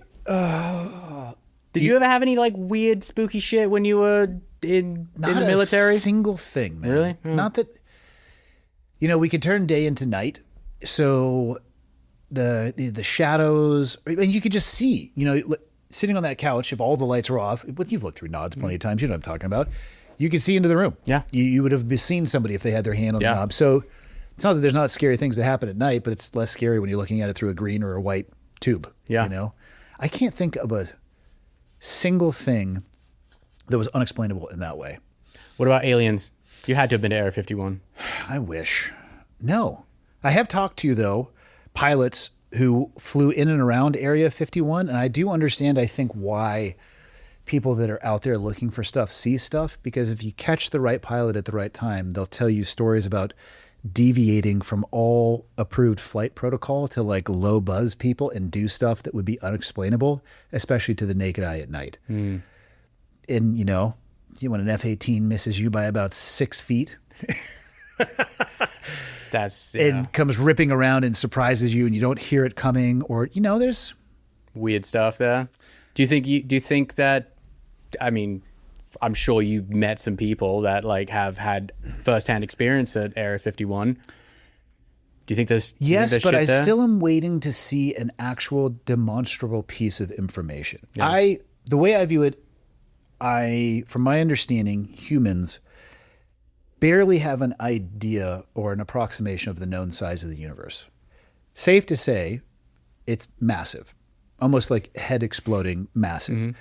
I think it is statistically improbable that we are alone. Yeah. And I actually think if aliens showed up, assuming Independence Day is not the movie we're talking about where they destroy everything, I think it would be a net positive for humanity, because maybe instead of fighting each other, we could come together a little bit, realize like, hey, if they were able to make it here, maybe we ought to like figure shit out, tighten up just a touch. Let's work together instead of against each other. We have way more in common, regardless of our disagreements, than the dude who just showed up from Battlestar Galactica. So I think it'd be net positive. I know for a fact that the research programs exist, but what it seems to be is somebody will come testify about either something that they saw but can't show you, a program they were read into but can't tell you much about, or somebody that they know who brought them something and showed it to them, but they don't have the thing. Just hold up the goddamn piece of the spaceship. Yeah. I want to believe. Show us a picture. Yes, I want to believe that we're not alone, but I also would like to have some level of demonstrable evidence associated with that. Do you think, because I call it like a staggered disclosure, I think they're just getting us used to, you know, they're releasing all this, you know, drone footage. We're there, right? Aren't we kind of? I feel like within the next 10 years, they're going to show us a real picture. Like, hey. Well, let's say it was today. Let's say the 4th of July. Happy birthday. Here's your present. We're going to unwrap whatever. Here's from planet, you know, Xenu as an example. With all the volcanoes. Sure. I mean, what do you think would happen? I think what everyone fears, there's going to be social collapse because of all the religious institutions. I actually don't think it's that. I think people will have such distrust in government because the government's been every government on planet Earth has been lying to its citizens for the last 80 years. And that's the case too. This would be not just a U.S. lying. This is the entire globe. Yes. Unless for some reason these only crash in the U.S., which I believe to be improbable as well. Yeah. Yeah. I went to Mexico and I got to see the weird little aliens. Do you know about these? Yeah, but they also got tested and found to be no. That was like disinformation they put out. I met propaganda. Total bullshit. I met with Michael. Mexico aliens. Propaganda. They're called tridactyls, or the Nazca mummies. I went and I got to see them. I saw the X-rays. I saw the CAT scans. I spoke with this Mexican Navy doctor who did all who did all the testing. He got put in jail because he came out and said, "I'm not saying this is bullshit." The Mexican government were like, "You need to say this is fake." And it was wild. You can see wear and tear in the joints from like almost like arthritic in some of these older ones. Hit images on that, Michael. Yeah. There's one, and there's like 3 different types, and there's a pregnant one. What? Yep, dude. And Stop it. This is not bullshit. I swear to you. I've seen it. Okay, so the one with its knees rolled up is a female, and when they did a scan, there's 3 eggs inside of it. And then they put a little camera in, and there's... Are you bought and paid for by Big Alien? I am not bought and paid for, but I went there being like, this is cake. Because remember when there's all these skits that these things are cake? Totally not. I'll show you, I've got pictures of holding one of the fingers, and you can see like bone, whatever, like marrow divots and stuff in the finger. So what do they make of these? Best assessment or best guess, what are these? They have no idea because the DNA, we only could track, when they sent the DNA testing off, it came back that we only can recognize 80% of it. So there's 20% of DNA of these things where they like, we have no idea what it is. That's a weird mix. Yeah. Because if you look at like us to a cockroach is more than 80%. Like we're like, 89% to a cockroach. Are we really? Yeah. It's like, I it's would've really guessed not it was- that, Oh, okay. it's not that far apart. I mean, I could be wrong with that number, but we're not as far apart from a cockroach as this thing is from humans. And there's hundreds of them. What? Yeah. I thought there was only 3. No, they found in Peru. There's about 100 of them. And the crazy thing is the Peruvian government, the ones that got to Mexico, they released initially. They let them take out of the country because they were like, well, these things aren't real. Are you sure this has been? Everyone not I been spoke debunked? to was like, they were. I mean, listen, it would have to be the greatest costume and special effects artist ever to put this thing together. Yeah. There was nothing that I saw that was like wire inside of it or sutras and it by all accounts was very real. And it's all white because it's covered in diatomaceous earth, some kind of preservative that you can use for gardening or some shit. Yeah. Yeah. I don't know. I don't think there would be a societal collapse. I do think that there would be unanswerable questions from our government and many others as to what companies have you given this tech to? Mm-hmm. And is the only reason that you didn't disclose this was because of the technological advantage? How much of this is currently being used? Who has benefited from this? And who's taken our tax dollars to now have financial gain from this? Yes, and who has leapfrogged the competition because, they went from whatever, a Bic lighter to quantum, whatever, fill in the blank. That, I think, would infuriate people more than the Green Man. I think it would be cool if we weren't alone. Oh yeah, I think it'd be great. And to your point, I think it's a really unifying kind of concept at the end of the day. Because like, hey, get your shit together. Because little green man, if he can travel across the universe in any capacity, that's another one I don't really understand though. If they have the ability to get here, why do they crash so often? Maybe they crash on purpose. Maybe they're leaving us Easter eggs. I don't accept that theory at all, Jack. Pilot error is a thing. Why do they have so much pilot error at the end of the journey as opposed to traveling at the beginning? I mean, statistically, if it's going to crash, it's in the beginning, right? Yeah. And then, there's a lot of theories too that there's more undersea than on land. I will tell you this, and I was telling my buddy this. I have a friend who is close with the president, and they speak often. And he asked him about it, and his quote was this is what he told me the president said was, "We have no idea what they are, but they're in the ocean." I don't know what to feel about the story that you just told me. There's so many questions I have. Off mic, I'll tell you the whole. For sure. We will, yeah. Here's the problem. I feel like this man called the president on a Wednesday at 3 p.m. He answered and said this over an unclassified telephone line. And from my friend, that is a very common occurrence with our president. Well, if the aliens are real, I expect him to hop in the cockpit of an F-16 and lead the charge. 100%, dude. As it did in the then-to-be documentary 4th of July or whatever that movie was. But who's gonna be Independence Day. Yeah, who's gonna be the wacky guy that suicide bombs it? Probably Hegseth. After he gets done benching 350 and shotgunning a beer. We are living in a very wild time right now. We are. But what a time to be alive. I feel like every generation of every moment of civilization has a chance to say that, though. Do you think it'll mellow out, or do you think it's only going to continue to get crazier? Like until we're full-blown idiocracy? Is there a potential realm where we already are in full-blown idiocracy? Well, Crocs are a thing, and Crocs are comfortable. Plus, they have four-wheel drive mode. You can be casual or off-road. This is true. So don't bag on Crocs. And we have kind of a celebrity president. He may not have been a porn star wrestler, like what was his name, President Macho Nacho or whatever, but he's yeah. I don't know. I'm not a betting man, but if I had to bet on that, I don't know where I would put it. yeah. I don't. It depends. It depends on what you consider to be real, what you see online or what you see with your own two eyes. I try to focus heavily on the latter and less on the former. Constantly, I will say nothing crazier than this could happen. And then I see something crazier. So that I'm clearly wrong when it comes to, I don't know, man. What do you think?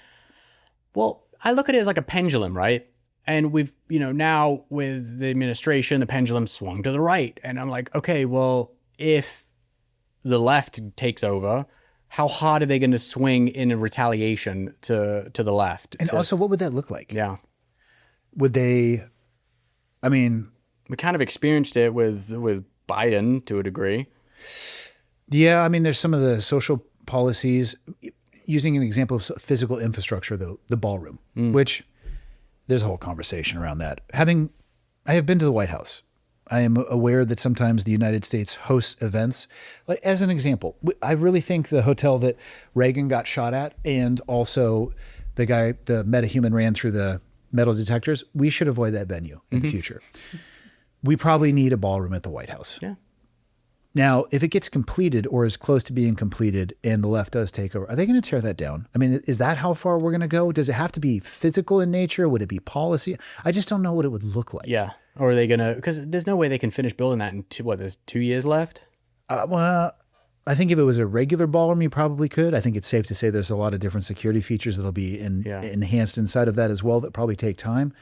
I bet you it would be close in the final phases, if not done. Yeah. And then to cut your nose off to spite your face, do you spend the extra money to tear it down? I don't know. I don't know how far the pendulum will go. Yeah. I can see it from a policy side. I could see them changing tax code. I could see them changing, Title IX stuff.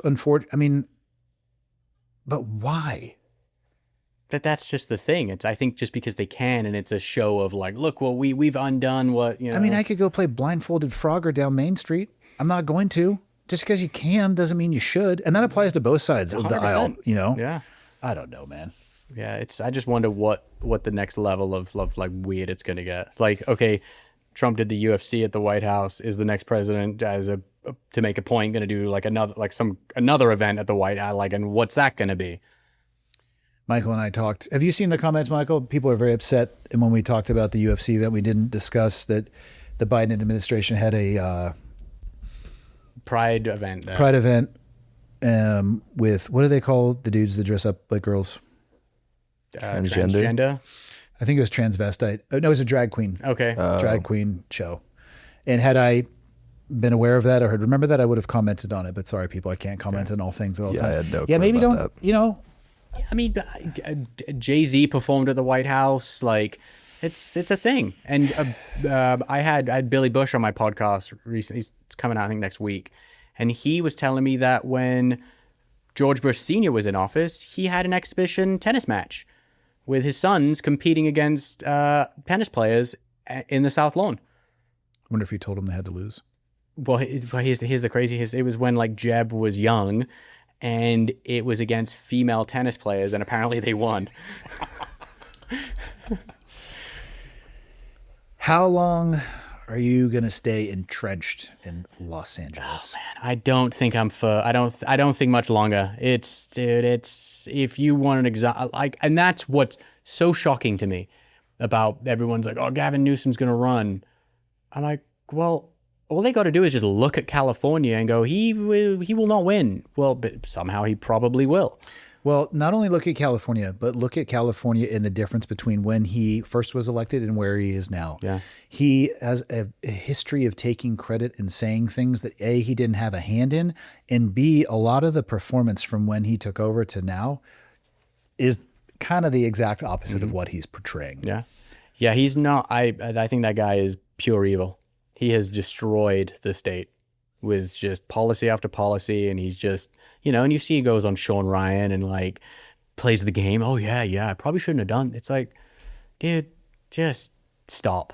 Like, the monorail is gonna be sweet though. Oh yeah, $24 billion later. A lot of people want to go to Bakersfield though. Hey, it's no shame. I'm not throwing shade at Bakersfield. Don't go in the summer though. Wait, wasn't that like a hostage crisis in Bakersfield recently? There was some hostage situation. Maybe. Yeah, there was like a 24-hour standoff. Do you think you'll ever be able to lift and shift out of LA? I mean, obviously, Yes, you have family there, yes, obviously. absolutely. Yeah, my ex-wife, she wants to move out of state. My mom's talked about it because it's the cost of living. There you go. Bakersfield, 15-hour standoff. Yeah. Yeah, it was a whole thing. Yeah. 10 hostages rescued unharmed. That's good. That's a good way to end that. Yeah, we like that. Yeah. Way to go, FBI. It appears that the FBI, the hostage taker, did not survive. No. That's actually probably should be the expectation if you Bum, do that. bum, dum, bum. I mean, I don't know how people think that's going to go. Yeah, but it's like whatever. But the the cost in LA is so extreme. I went to a coffee shop. You own a coffee shop. How much do you sell 2 lattes and 2 pastries for? Like, what would that come to at your Black Rifle? I mean, coffee? so size-wise, we'll go mediums down the middle. Maybe $15. $37. That was before tip. Was it excellent pastry? Yes, I mean it's a fantastic coffee shop and I frequent it often. So it's not stopping you, but you're. Well, it does sometimes. I definitely go sparingly these days. But Yeah. $37. It's like rough. how it just doesn't. And now it's just the cost of everything there. It's like, what for? I'm not seeing it in action. Any of this taxes or any. It's like the city's it's not safe at all. The day I moved into my house, I was unpacking the moving van. I see this blacked out Prius pull up to this house that's like catty corner to me. 4 guys in ski masks run out. Full home invasion. This was at 1:00 in the afternoon. Armed? I did not see weapons, but they had ski masks and they jumped. They weren't expecting a homeowner to be there because she came out screaming and they took off. Yeah. But I'm just like, what is going on? And then you call. How long do you think it took for the cops to get there?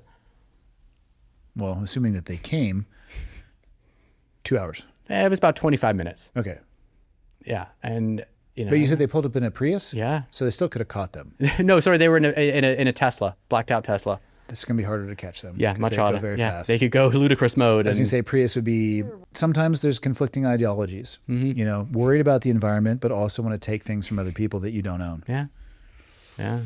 And it's, I'm like, it breaks my heart because I used to love LA was the best city. It was so much fun. What do you think about Spencer Pratt and the recent election? Do you know Spencer?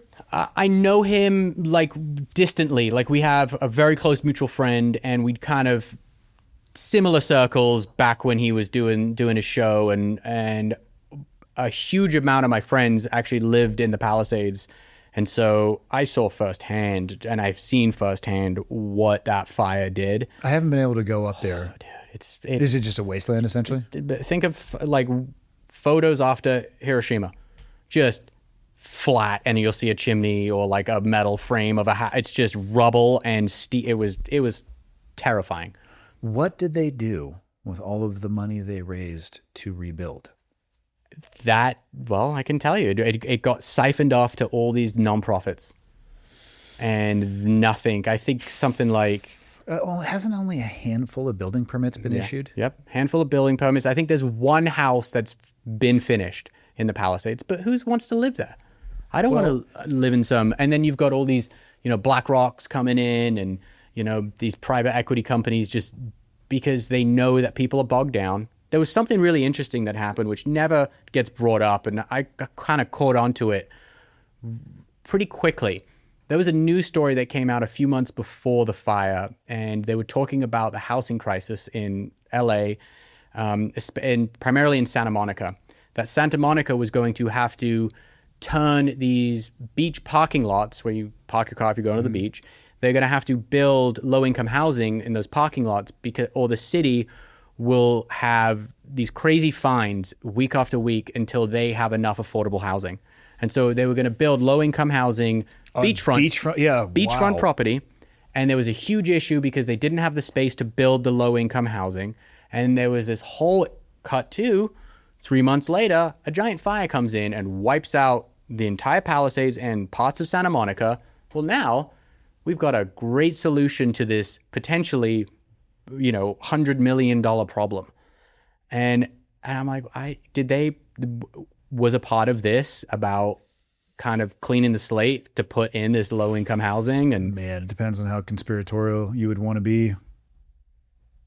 I'm not against saying it's possible. yeah, and just, oh God, Karen Bass is the mayor is like, oh, So how does she continue to get reelected then? dude, it's wild to me. Yeah, I went and did Huberman's show, and he records up in Malibu. And for people who haven't been, the Palisades are on the northwestern side of Los Angeles, but the PCH, or Pacific Coast Highway, drives up there through as well. You go through the Malibu area. I mean, I was blown away. There'd be a couple houses and then just remnants. Yeah. And I forget who we were talking to. It was somebody locally. Oh, Leah did a surfing lesson. And the guy who taught her the lesson was in real estate. And she was asking about that Malibu. Just, you want to talk about the most pristine beach. I mean, a lot of them, the concrete pylons that go in and your deck is over. It's amazing. Yeah, the it's the sunsets over the Pacific. He was saying he doesn't know if it'll ever be rebuilt at all. Just to get a permit for the septic systems, millions of dollars. That's let alone the building permit or the building costs associated with that. He doesn't know if it'll ever be rebuilt. No. And there's the Coastal Commission, which now determines like how your house can look. Is it going to block someone's view? It's all these, is there enough room for animals to migrate between your houses? You now have to, say you had a house. What they would do with these beach houses is you had a 5,000 square foot lot. You built your house at, 4,000, and 990. You can touch your neighbor's house. Yeah, basically. It was 6 feet apart. adjoined. Yeah. Now you have to have it offset by like X amount of feet. Ooh. And so your house, your building is smaller. And so now the price is reduced, and you're not, I had a $20 million beach house. Now it's a $15 million beach house. Okay, yeah. Well, what? But it's still, at the end of the day, you're getting, it's not a replacement, and it's now depreciated. Yeah, the people who have the money to do that are not interested in what you're talking about. The smartest person here apparently is Kanye with an all concrete house. Yeah. Do you know him? I've never met him. No, never met Kanye. I feel like he might be a touch crazy. Yeah, I think so. Yeah, I tell you who I used to be really good friends with. A friend of mine was he had a kid with a Kardashian, and Scott Disick. Him and we used to be like best friends, and he's told me some very interesting Kanye stories. Yeah. Yeah, you can just go onto the internet and find some very interesting Kanye stories. Yeah. Did you ever see the what's that South African band? D'Antwoord.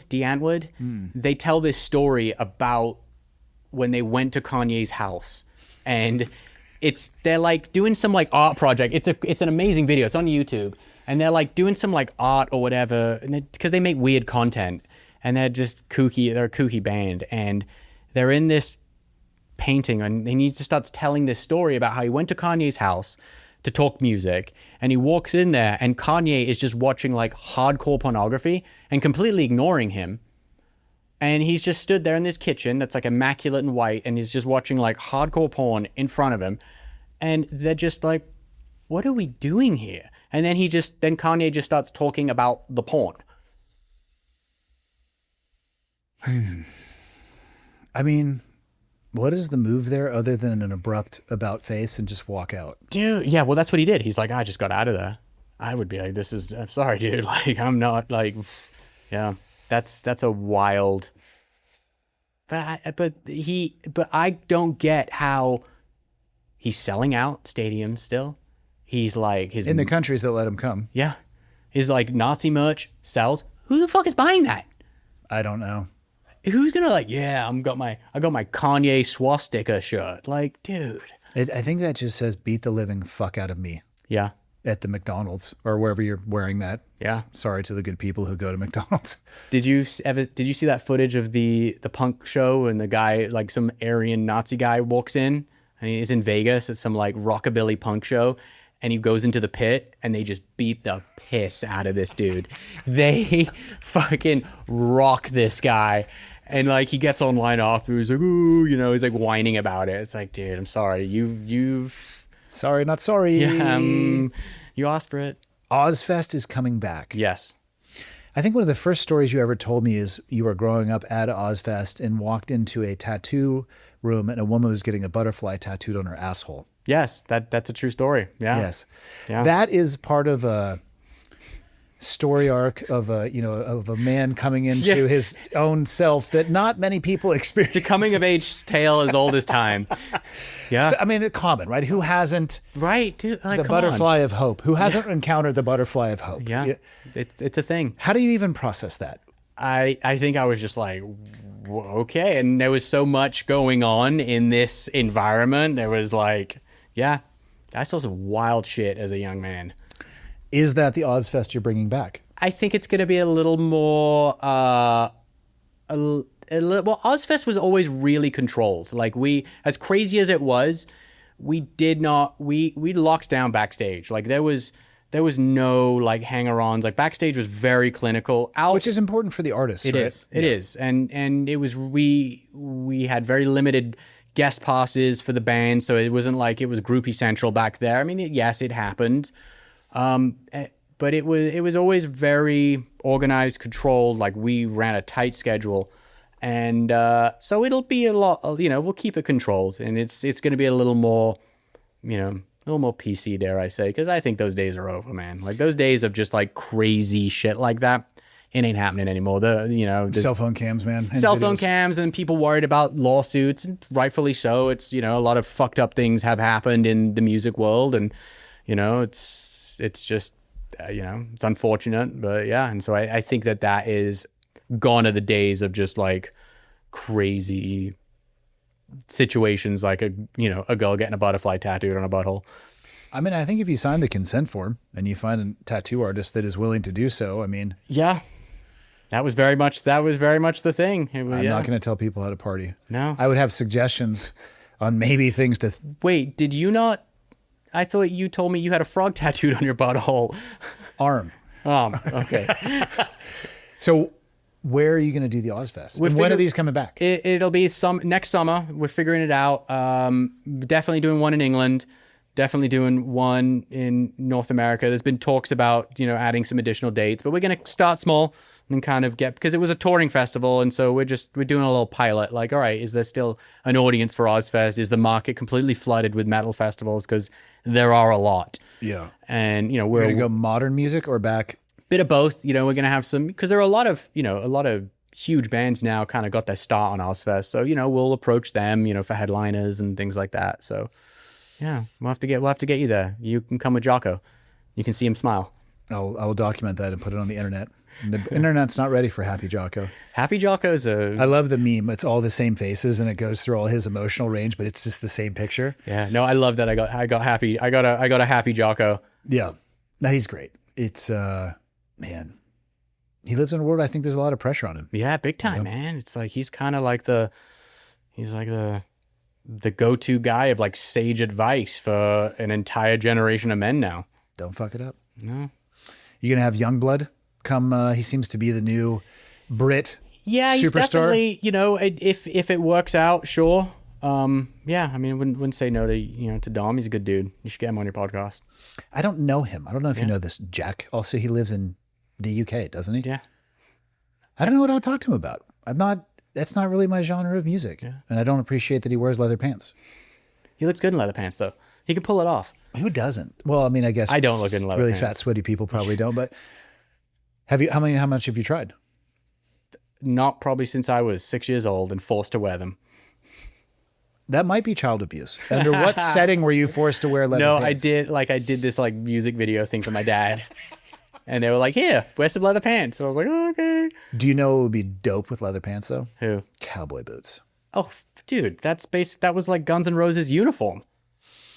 Yeah. Aren't they, what are they, 97 now? GNR? Axel? No, they're a little younger than that. It's Rolling Stones, which are like in their 80s. Crushing, though. Crushing. They're great. Yeah, and then it was funny. So at the Back to the Beginning show, my dad had never met Axl Rose. In all his years, he's good friends. They had with, never crossed paths. Never crossed paths. He knows Duff. He knows he's worked with Slash. Like, Slash and my dad was super close. But he'd never met Axl. And after the show, like we brought Axel into the dressing room to meet my dad, and it was just this really funny moment where he was like, "Oh my God, so good to meet you." What was your, other than perhaps your dad performing, what was the band you enjoyed seeing there the most? You know what I loved about it was, so we had Tom Morello. He was the kind of musical supervisor and coordinator of the whole thing. So he picked what bands played what Ozzy or what Sabbath songs. And I just loved seeing all the different bands kind of cover my dad's stuff. And so there was, the Guns N' Roses was great. Metallica was awesome. Tool was amazing. It was just like, it was this really phenomenal day of music that I don't think anyone was like, well, that sucked. That band wasn't good. It was just, there was no dull moment. And Dom, when he did Changes, it was a really like profound moment of the day where, because Dom wasn't, Dom does rock and roll, but in the kind of metal, kind of, the hardcore kind of crew, Dom was kind of seen as like, all right, you kind of do like the pop rock, pop punk stuff. Like you're kind of over there. It's okay to say he's Katy Perry. Yeah, well, it was a little bit. Like, people saw him as that. And then when he California came out... Girls is not a bad song. You might not know. It's a pretty bad song. And now that she's dating Trudeau, it's a terrible song. What a weird pairing those two are. So weird. And them at Coachella, like, bebopping around. She like went from dating Aragon, or the fucking whatever his The name elf? was. Yeah, the elf, to, I don't know. Castro's son. Listen. Wait, have you ever done that conspiracy theory? Yes, I have. Dude. They look similar, but I don't know. Oh, hold on a second. Michael, pull up the side-by-side comparison of Trudeau and Castro. This is irrefutable. There's a series of 4 pictures where... pictures, Dude. they say 1,000 words, but they're not all correct. Some people look really similar. I look a lot like Scott Stapp. Wait, you're not Scott Stapp? Okay, hold on. Okay, go down the bottom left corner. Okay, there is like a series of like vertical... Okay, no, sorry, over to the right, where it's the... Yeah, keep going to the right. One Faster, Michael. Damn it. Hard right. That one. Hard right. This one. No, in middle right. Back. Yes. Okay, now, if we Enhance. can get this, enhance. Okay, dude, look at these pictures. Okay. That's pretty close, dude. We live in a world where we just need some hair follicles of people associated with the families, and we can just figure this out. Well, do you know, apparently the Canadian government, anytime he would, this is conspiracy theory, but allegedly, anytime he was at a public event where eating would occur, they would police his plates and cups and take them. Yeah, I do that too, though. That's just called being a good house guest.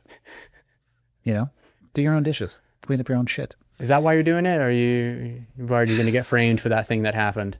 I mean, I get why conspiracies are fun. And if people want to dive into them, go ahead. I think it gets dangerous when they think everything is a conspiracy. Yeah. Because, conspiracies do exist. Our government has been involved in some for sure. Does that mean that everything our government has done is a conspiracy? No. And I think that's where it can get a little dangerous. Yeah. I don't know. If that were true, he's out of a public office now. It's like his job is done.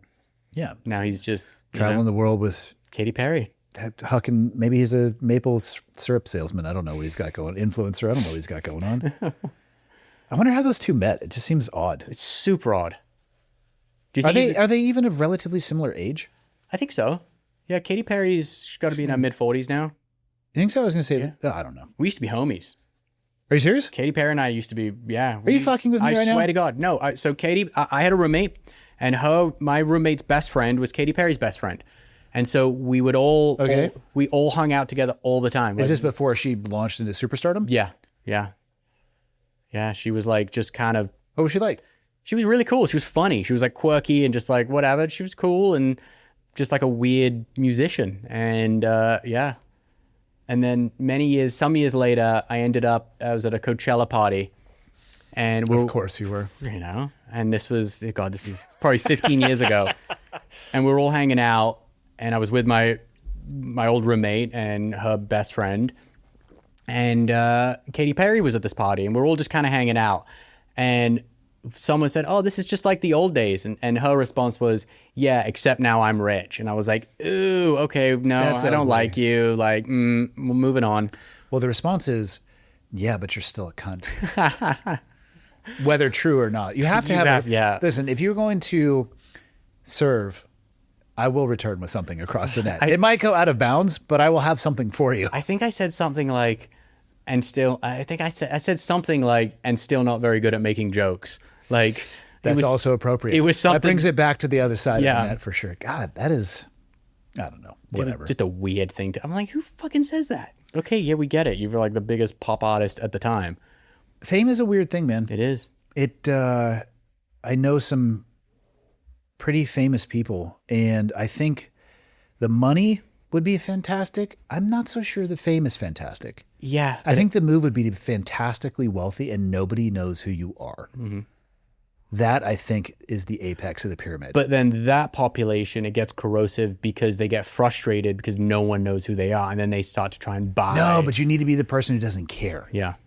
Just be like the Unabomber, but don't blow people up and be rich. This is the plan. But be happy. Life advice with Andy Stevens. No, but I mean, be happy with who you are. But you got famous kind of relatively quickly. I'm not famous. You I might be recognizable. You are certainly famous in the world you operate in. The 7 people, yes. Yes, I'm known between the several people. Yeah, but like, you're in that kind of Rogan world of like... He's just a good friend of mine. Sure, I mean, but still, like he brought you on when you were doing base jumps and crazy shit. Yeah, it's too much of a pussy to do it himself, but... Yeah, I'm definitely not famous. I like anonymity. I get pulled aside from time to time, and I'm always appreciative of it. But in Joe's a good example. I was in an archery event with him, and he needed to go take a piss, and it took him about 30 minutes to go 30 feet. Wow. Because he had announced he was going to be there, and so pictures in hand. And he was incredibly generous because he's incredibly appreciative of the station that he has in life. But also at the same time, the guy's just got to take a piss. Yeah.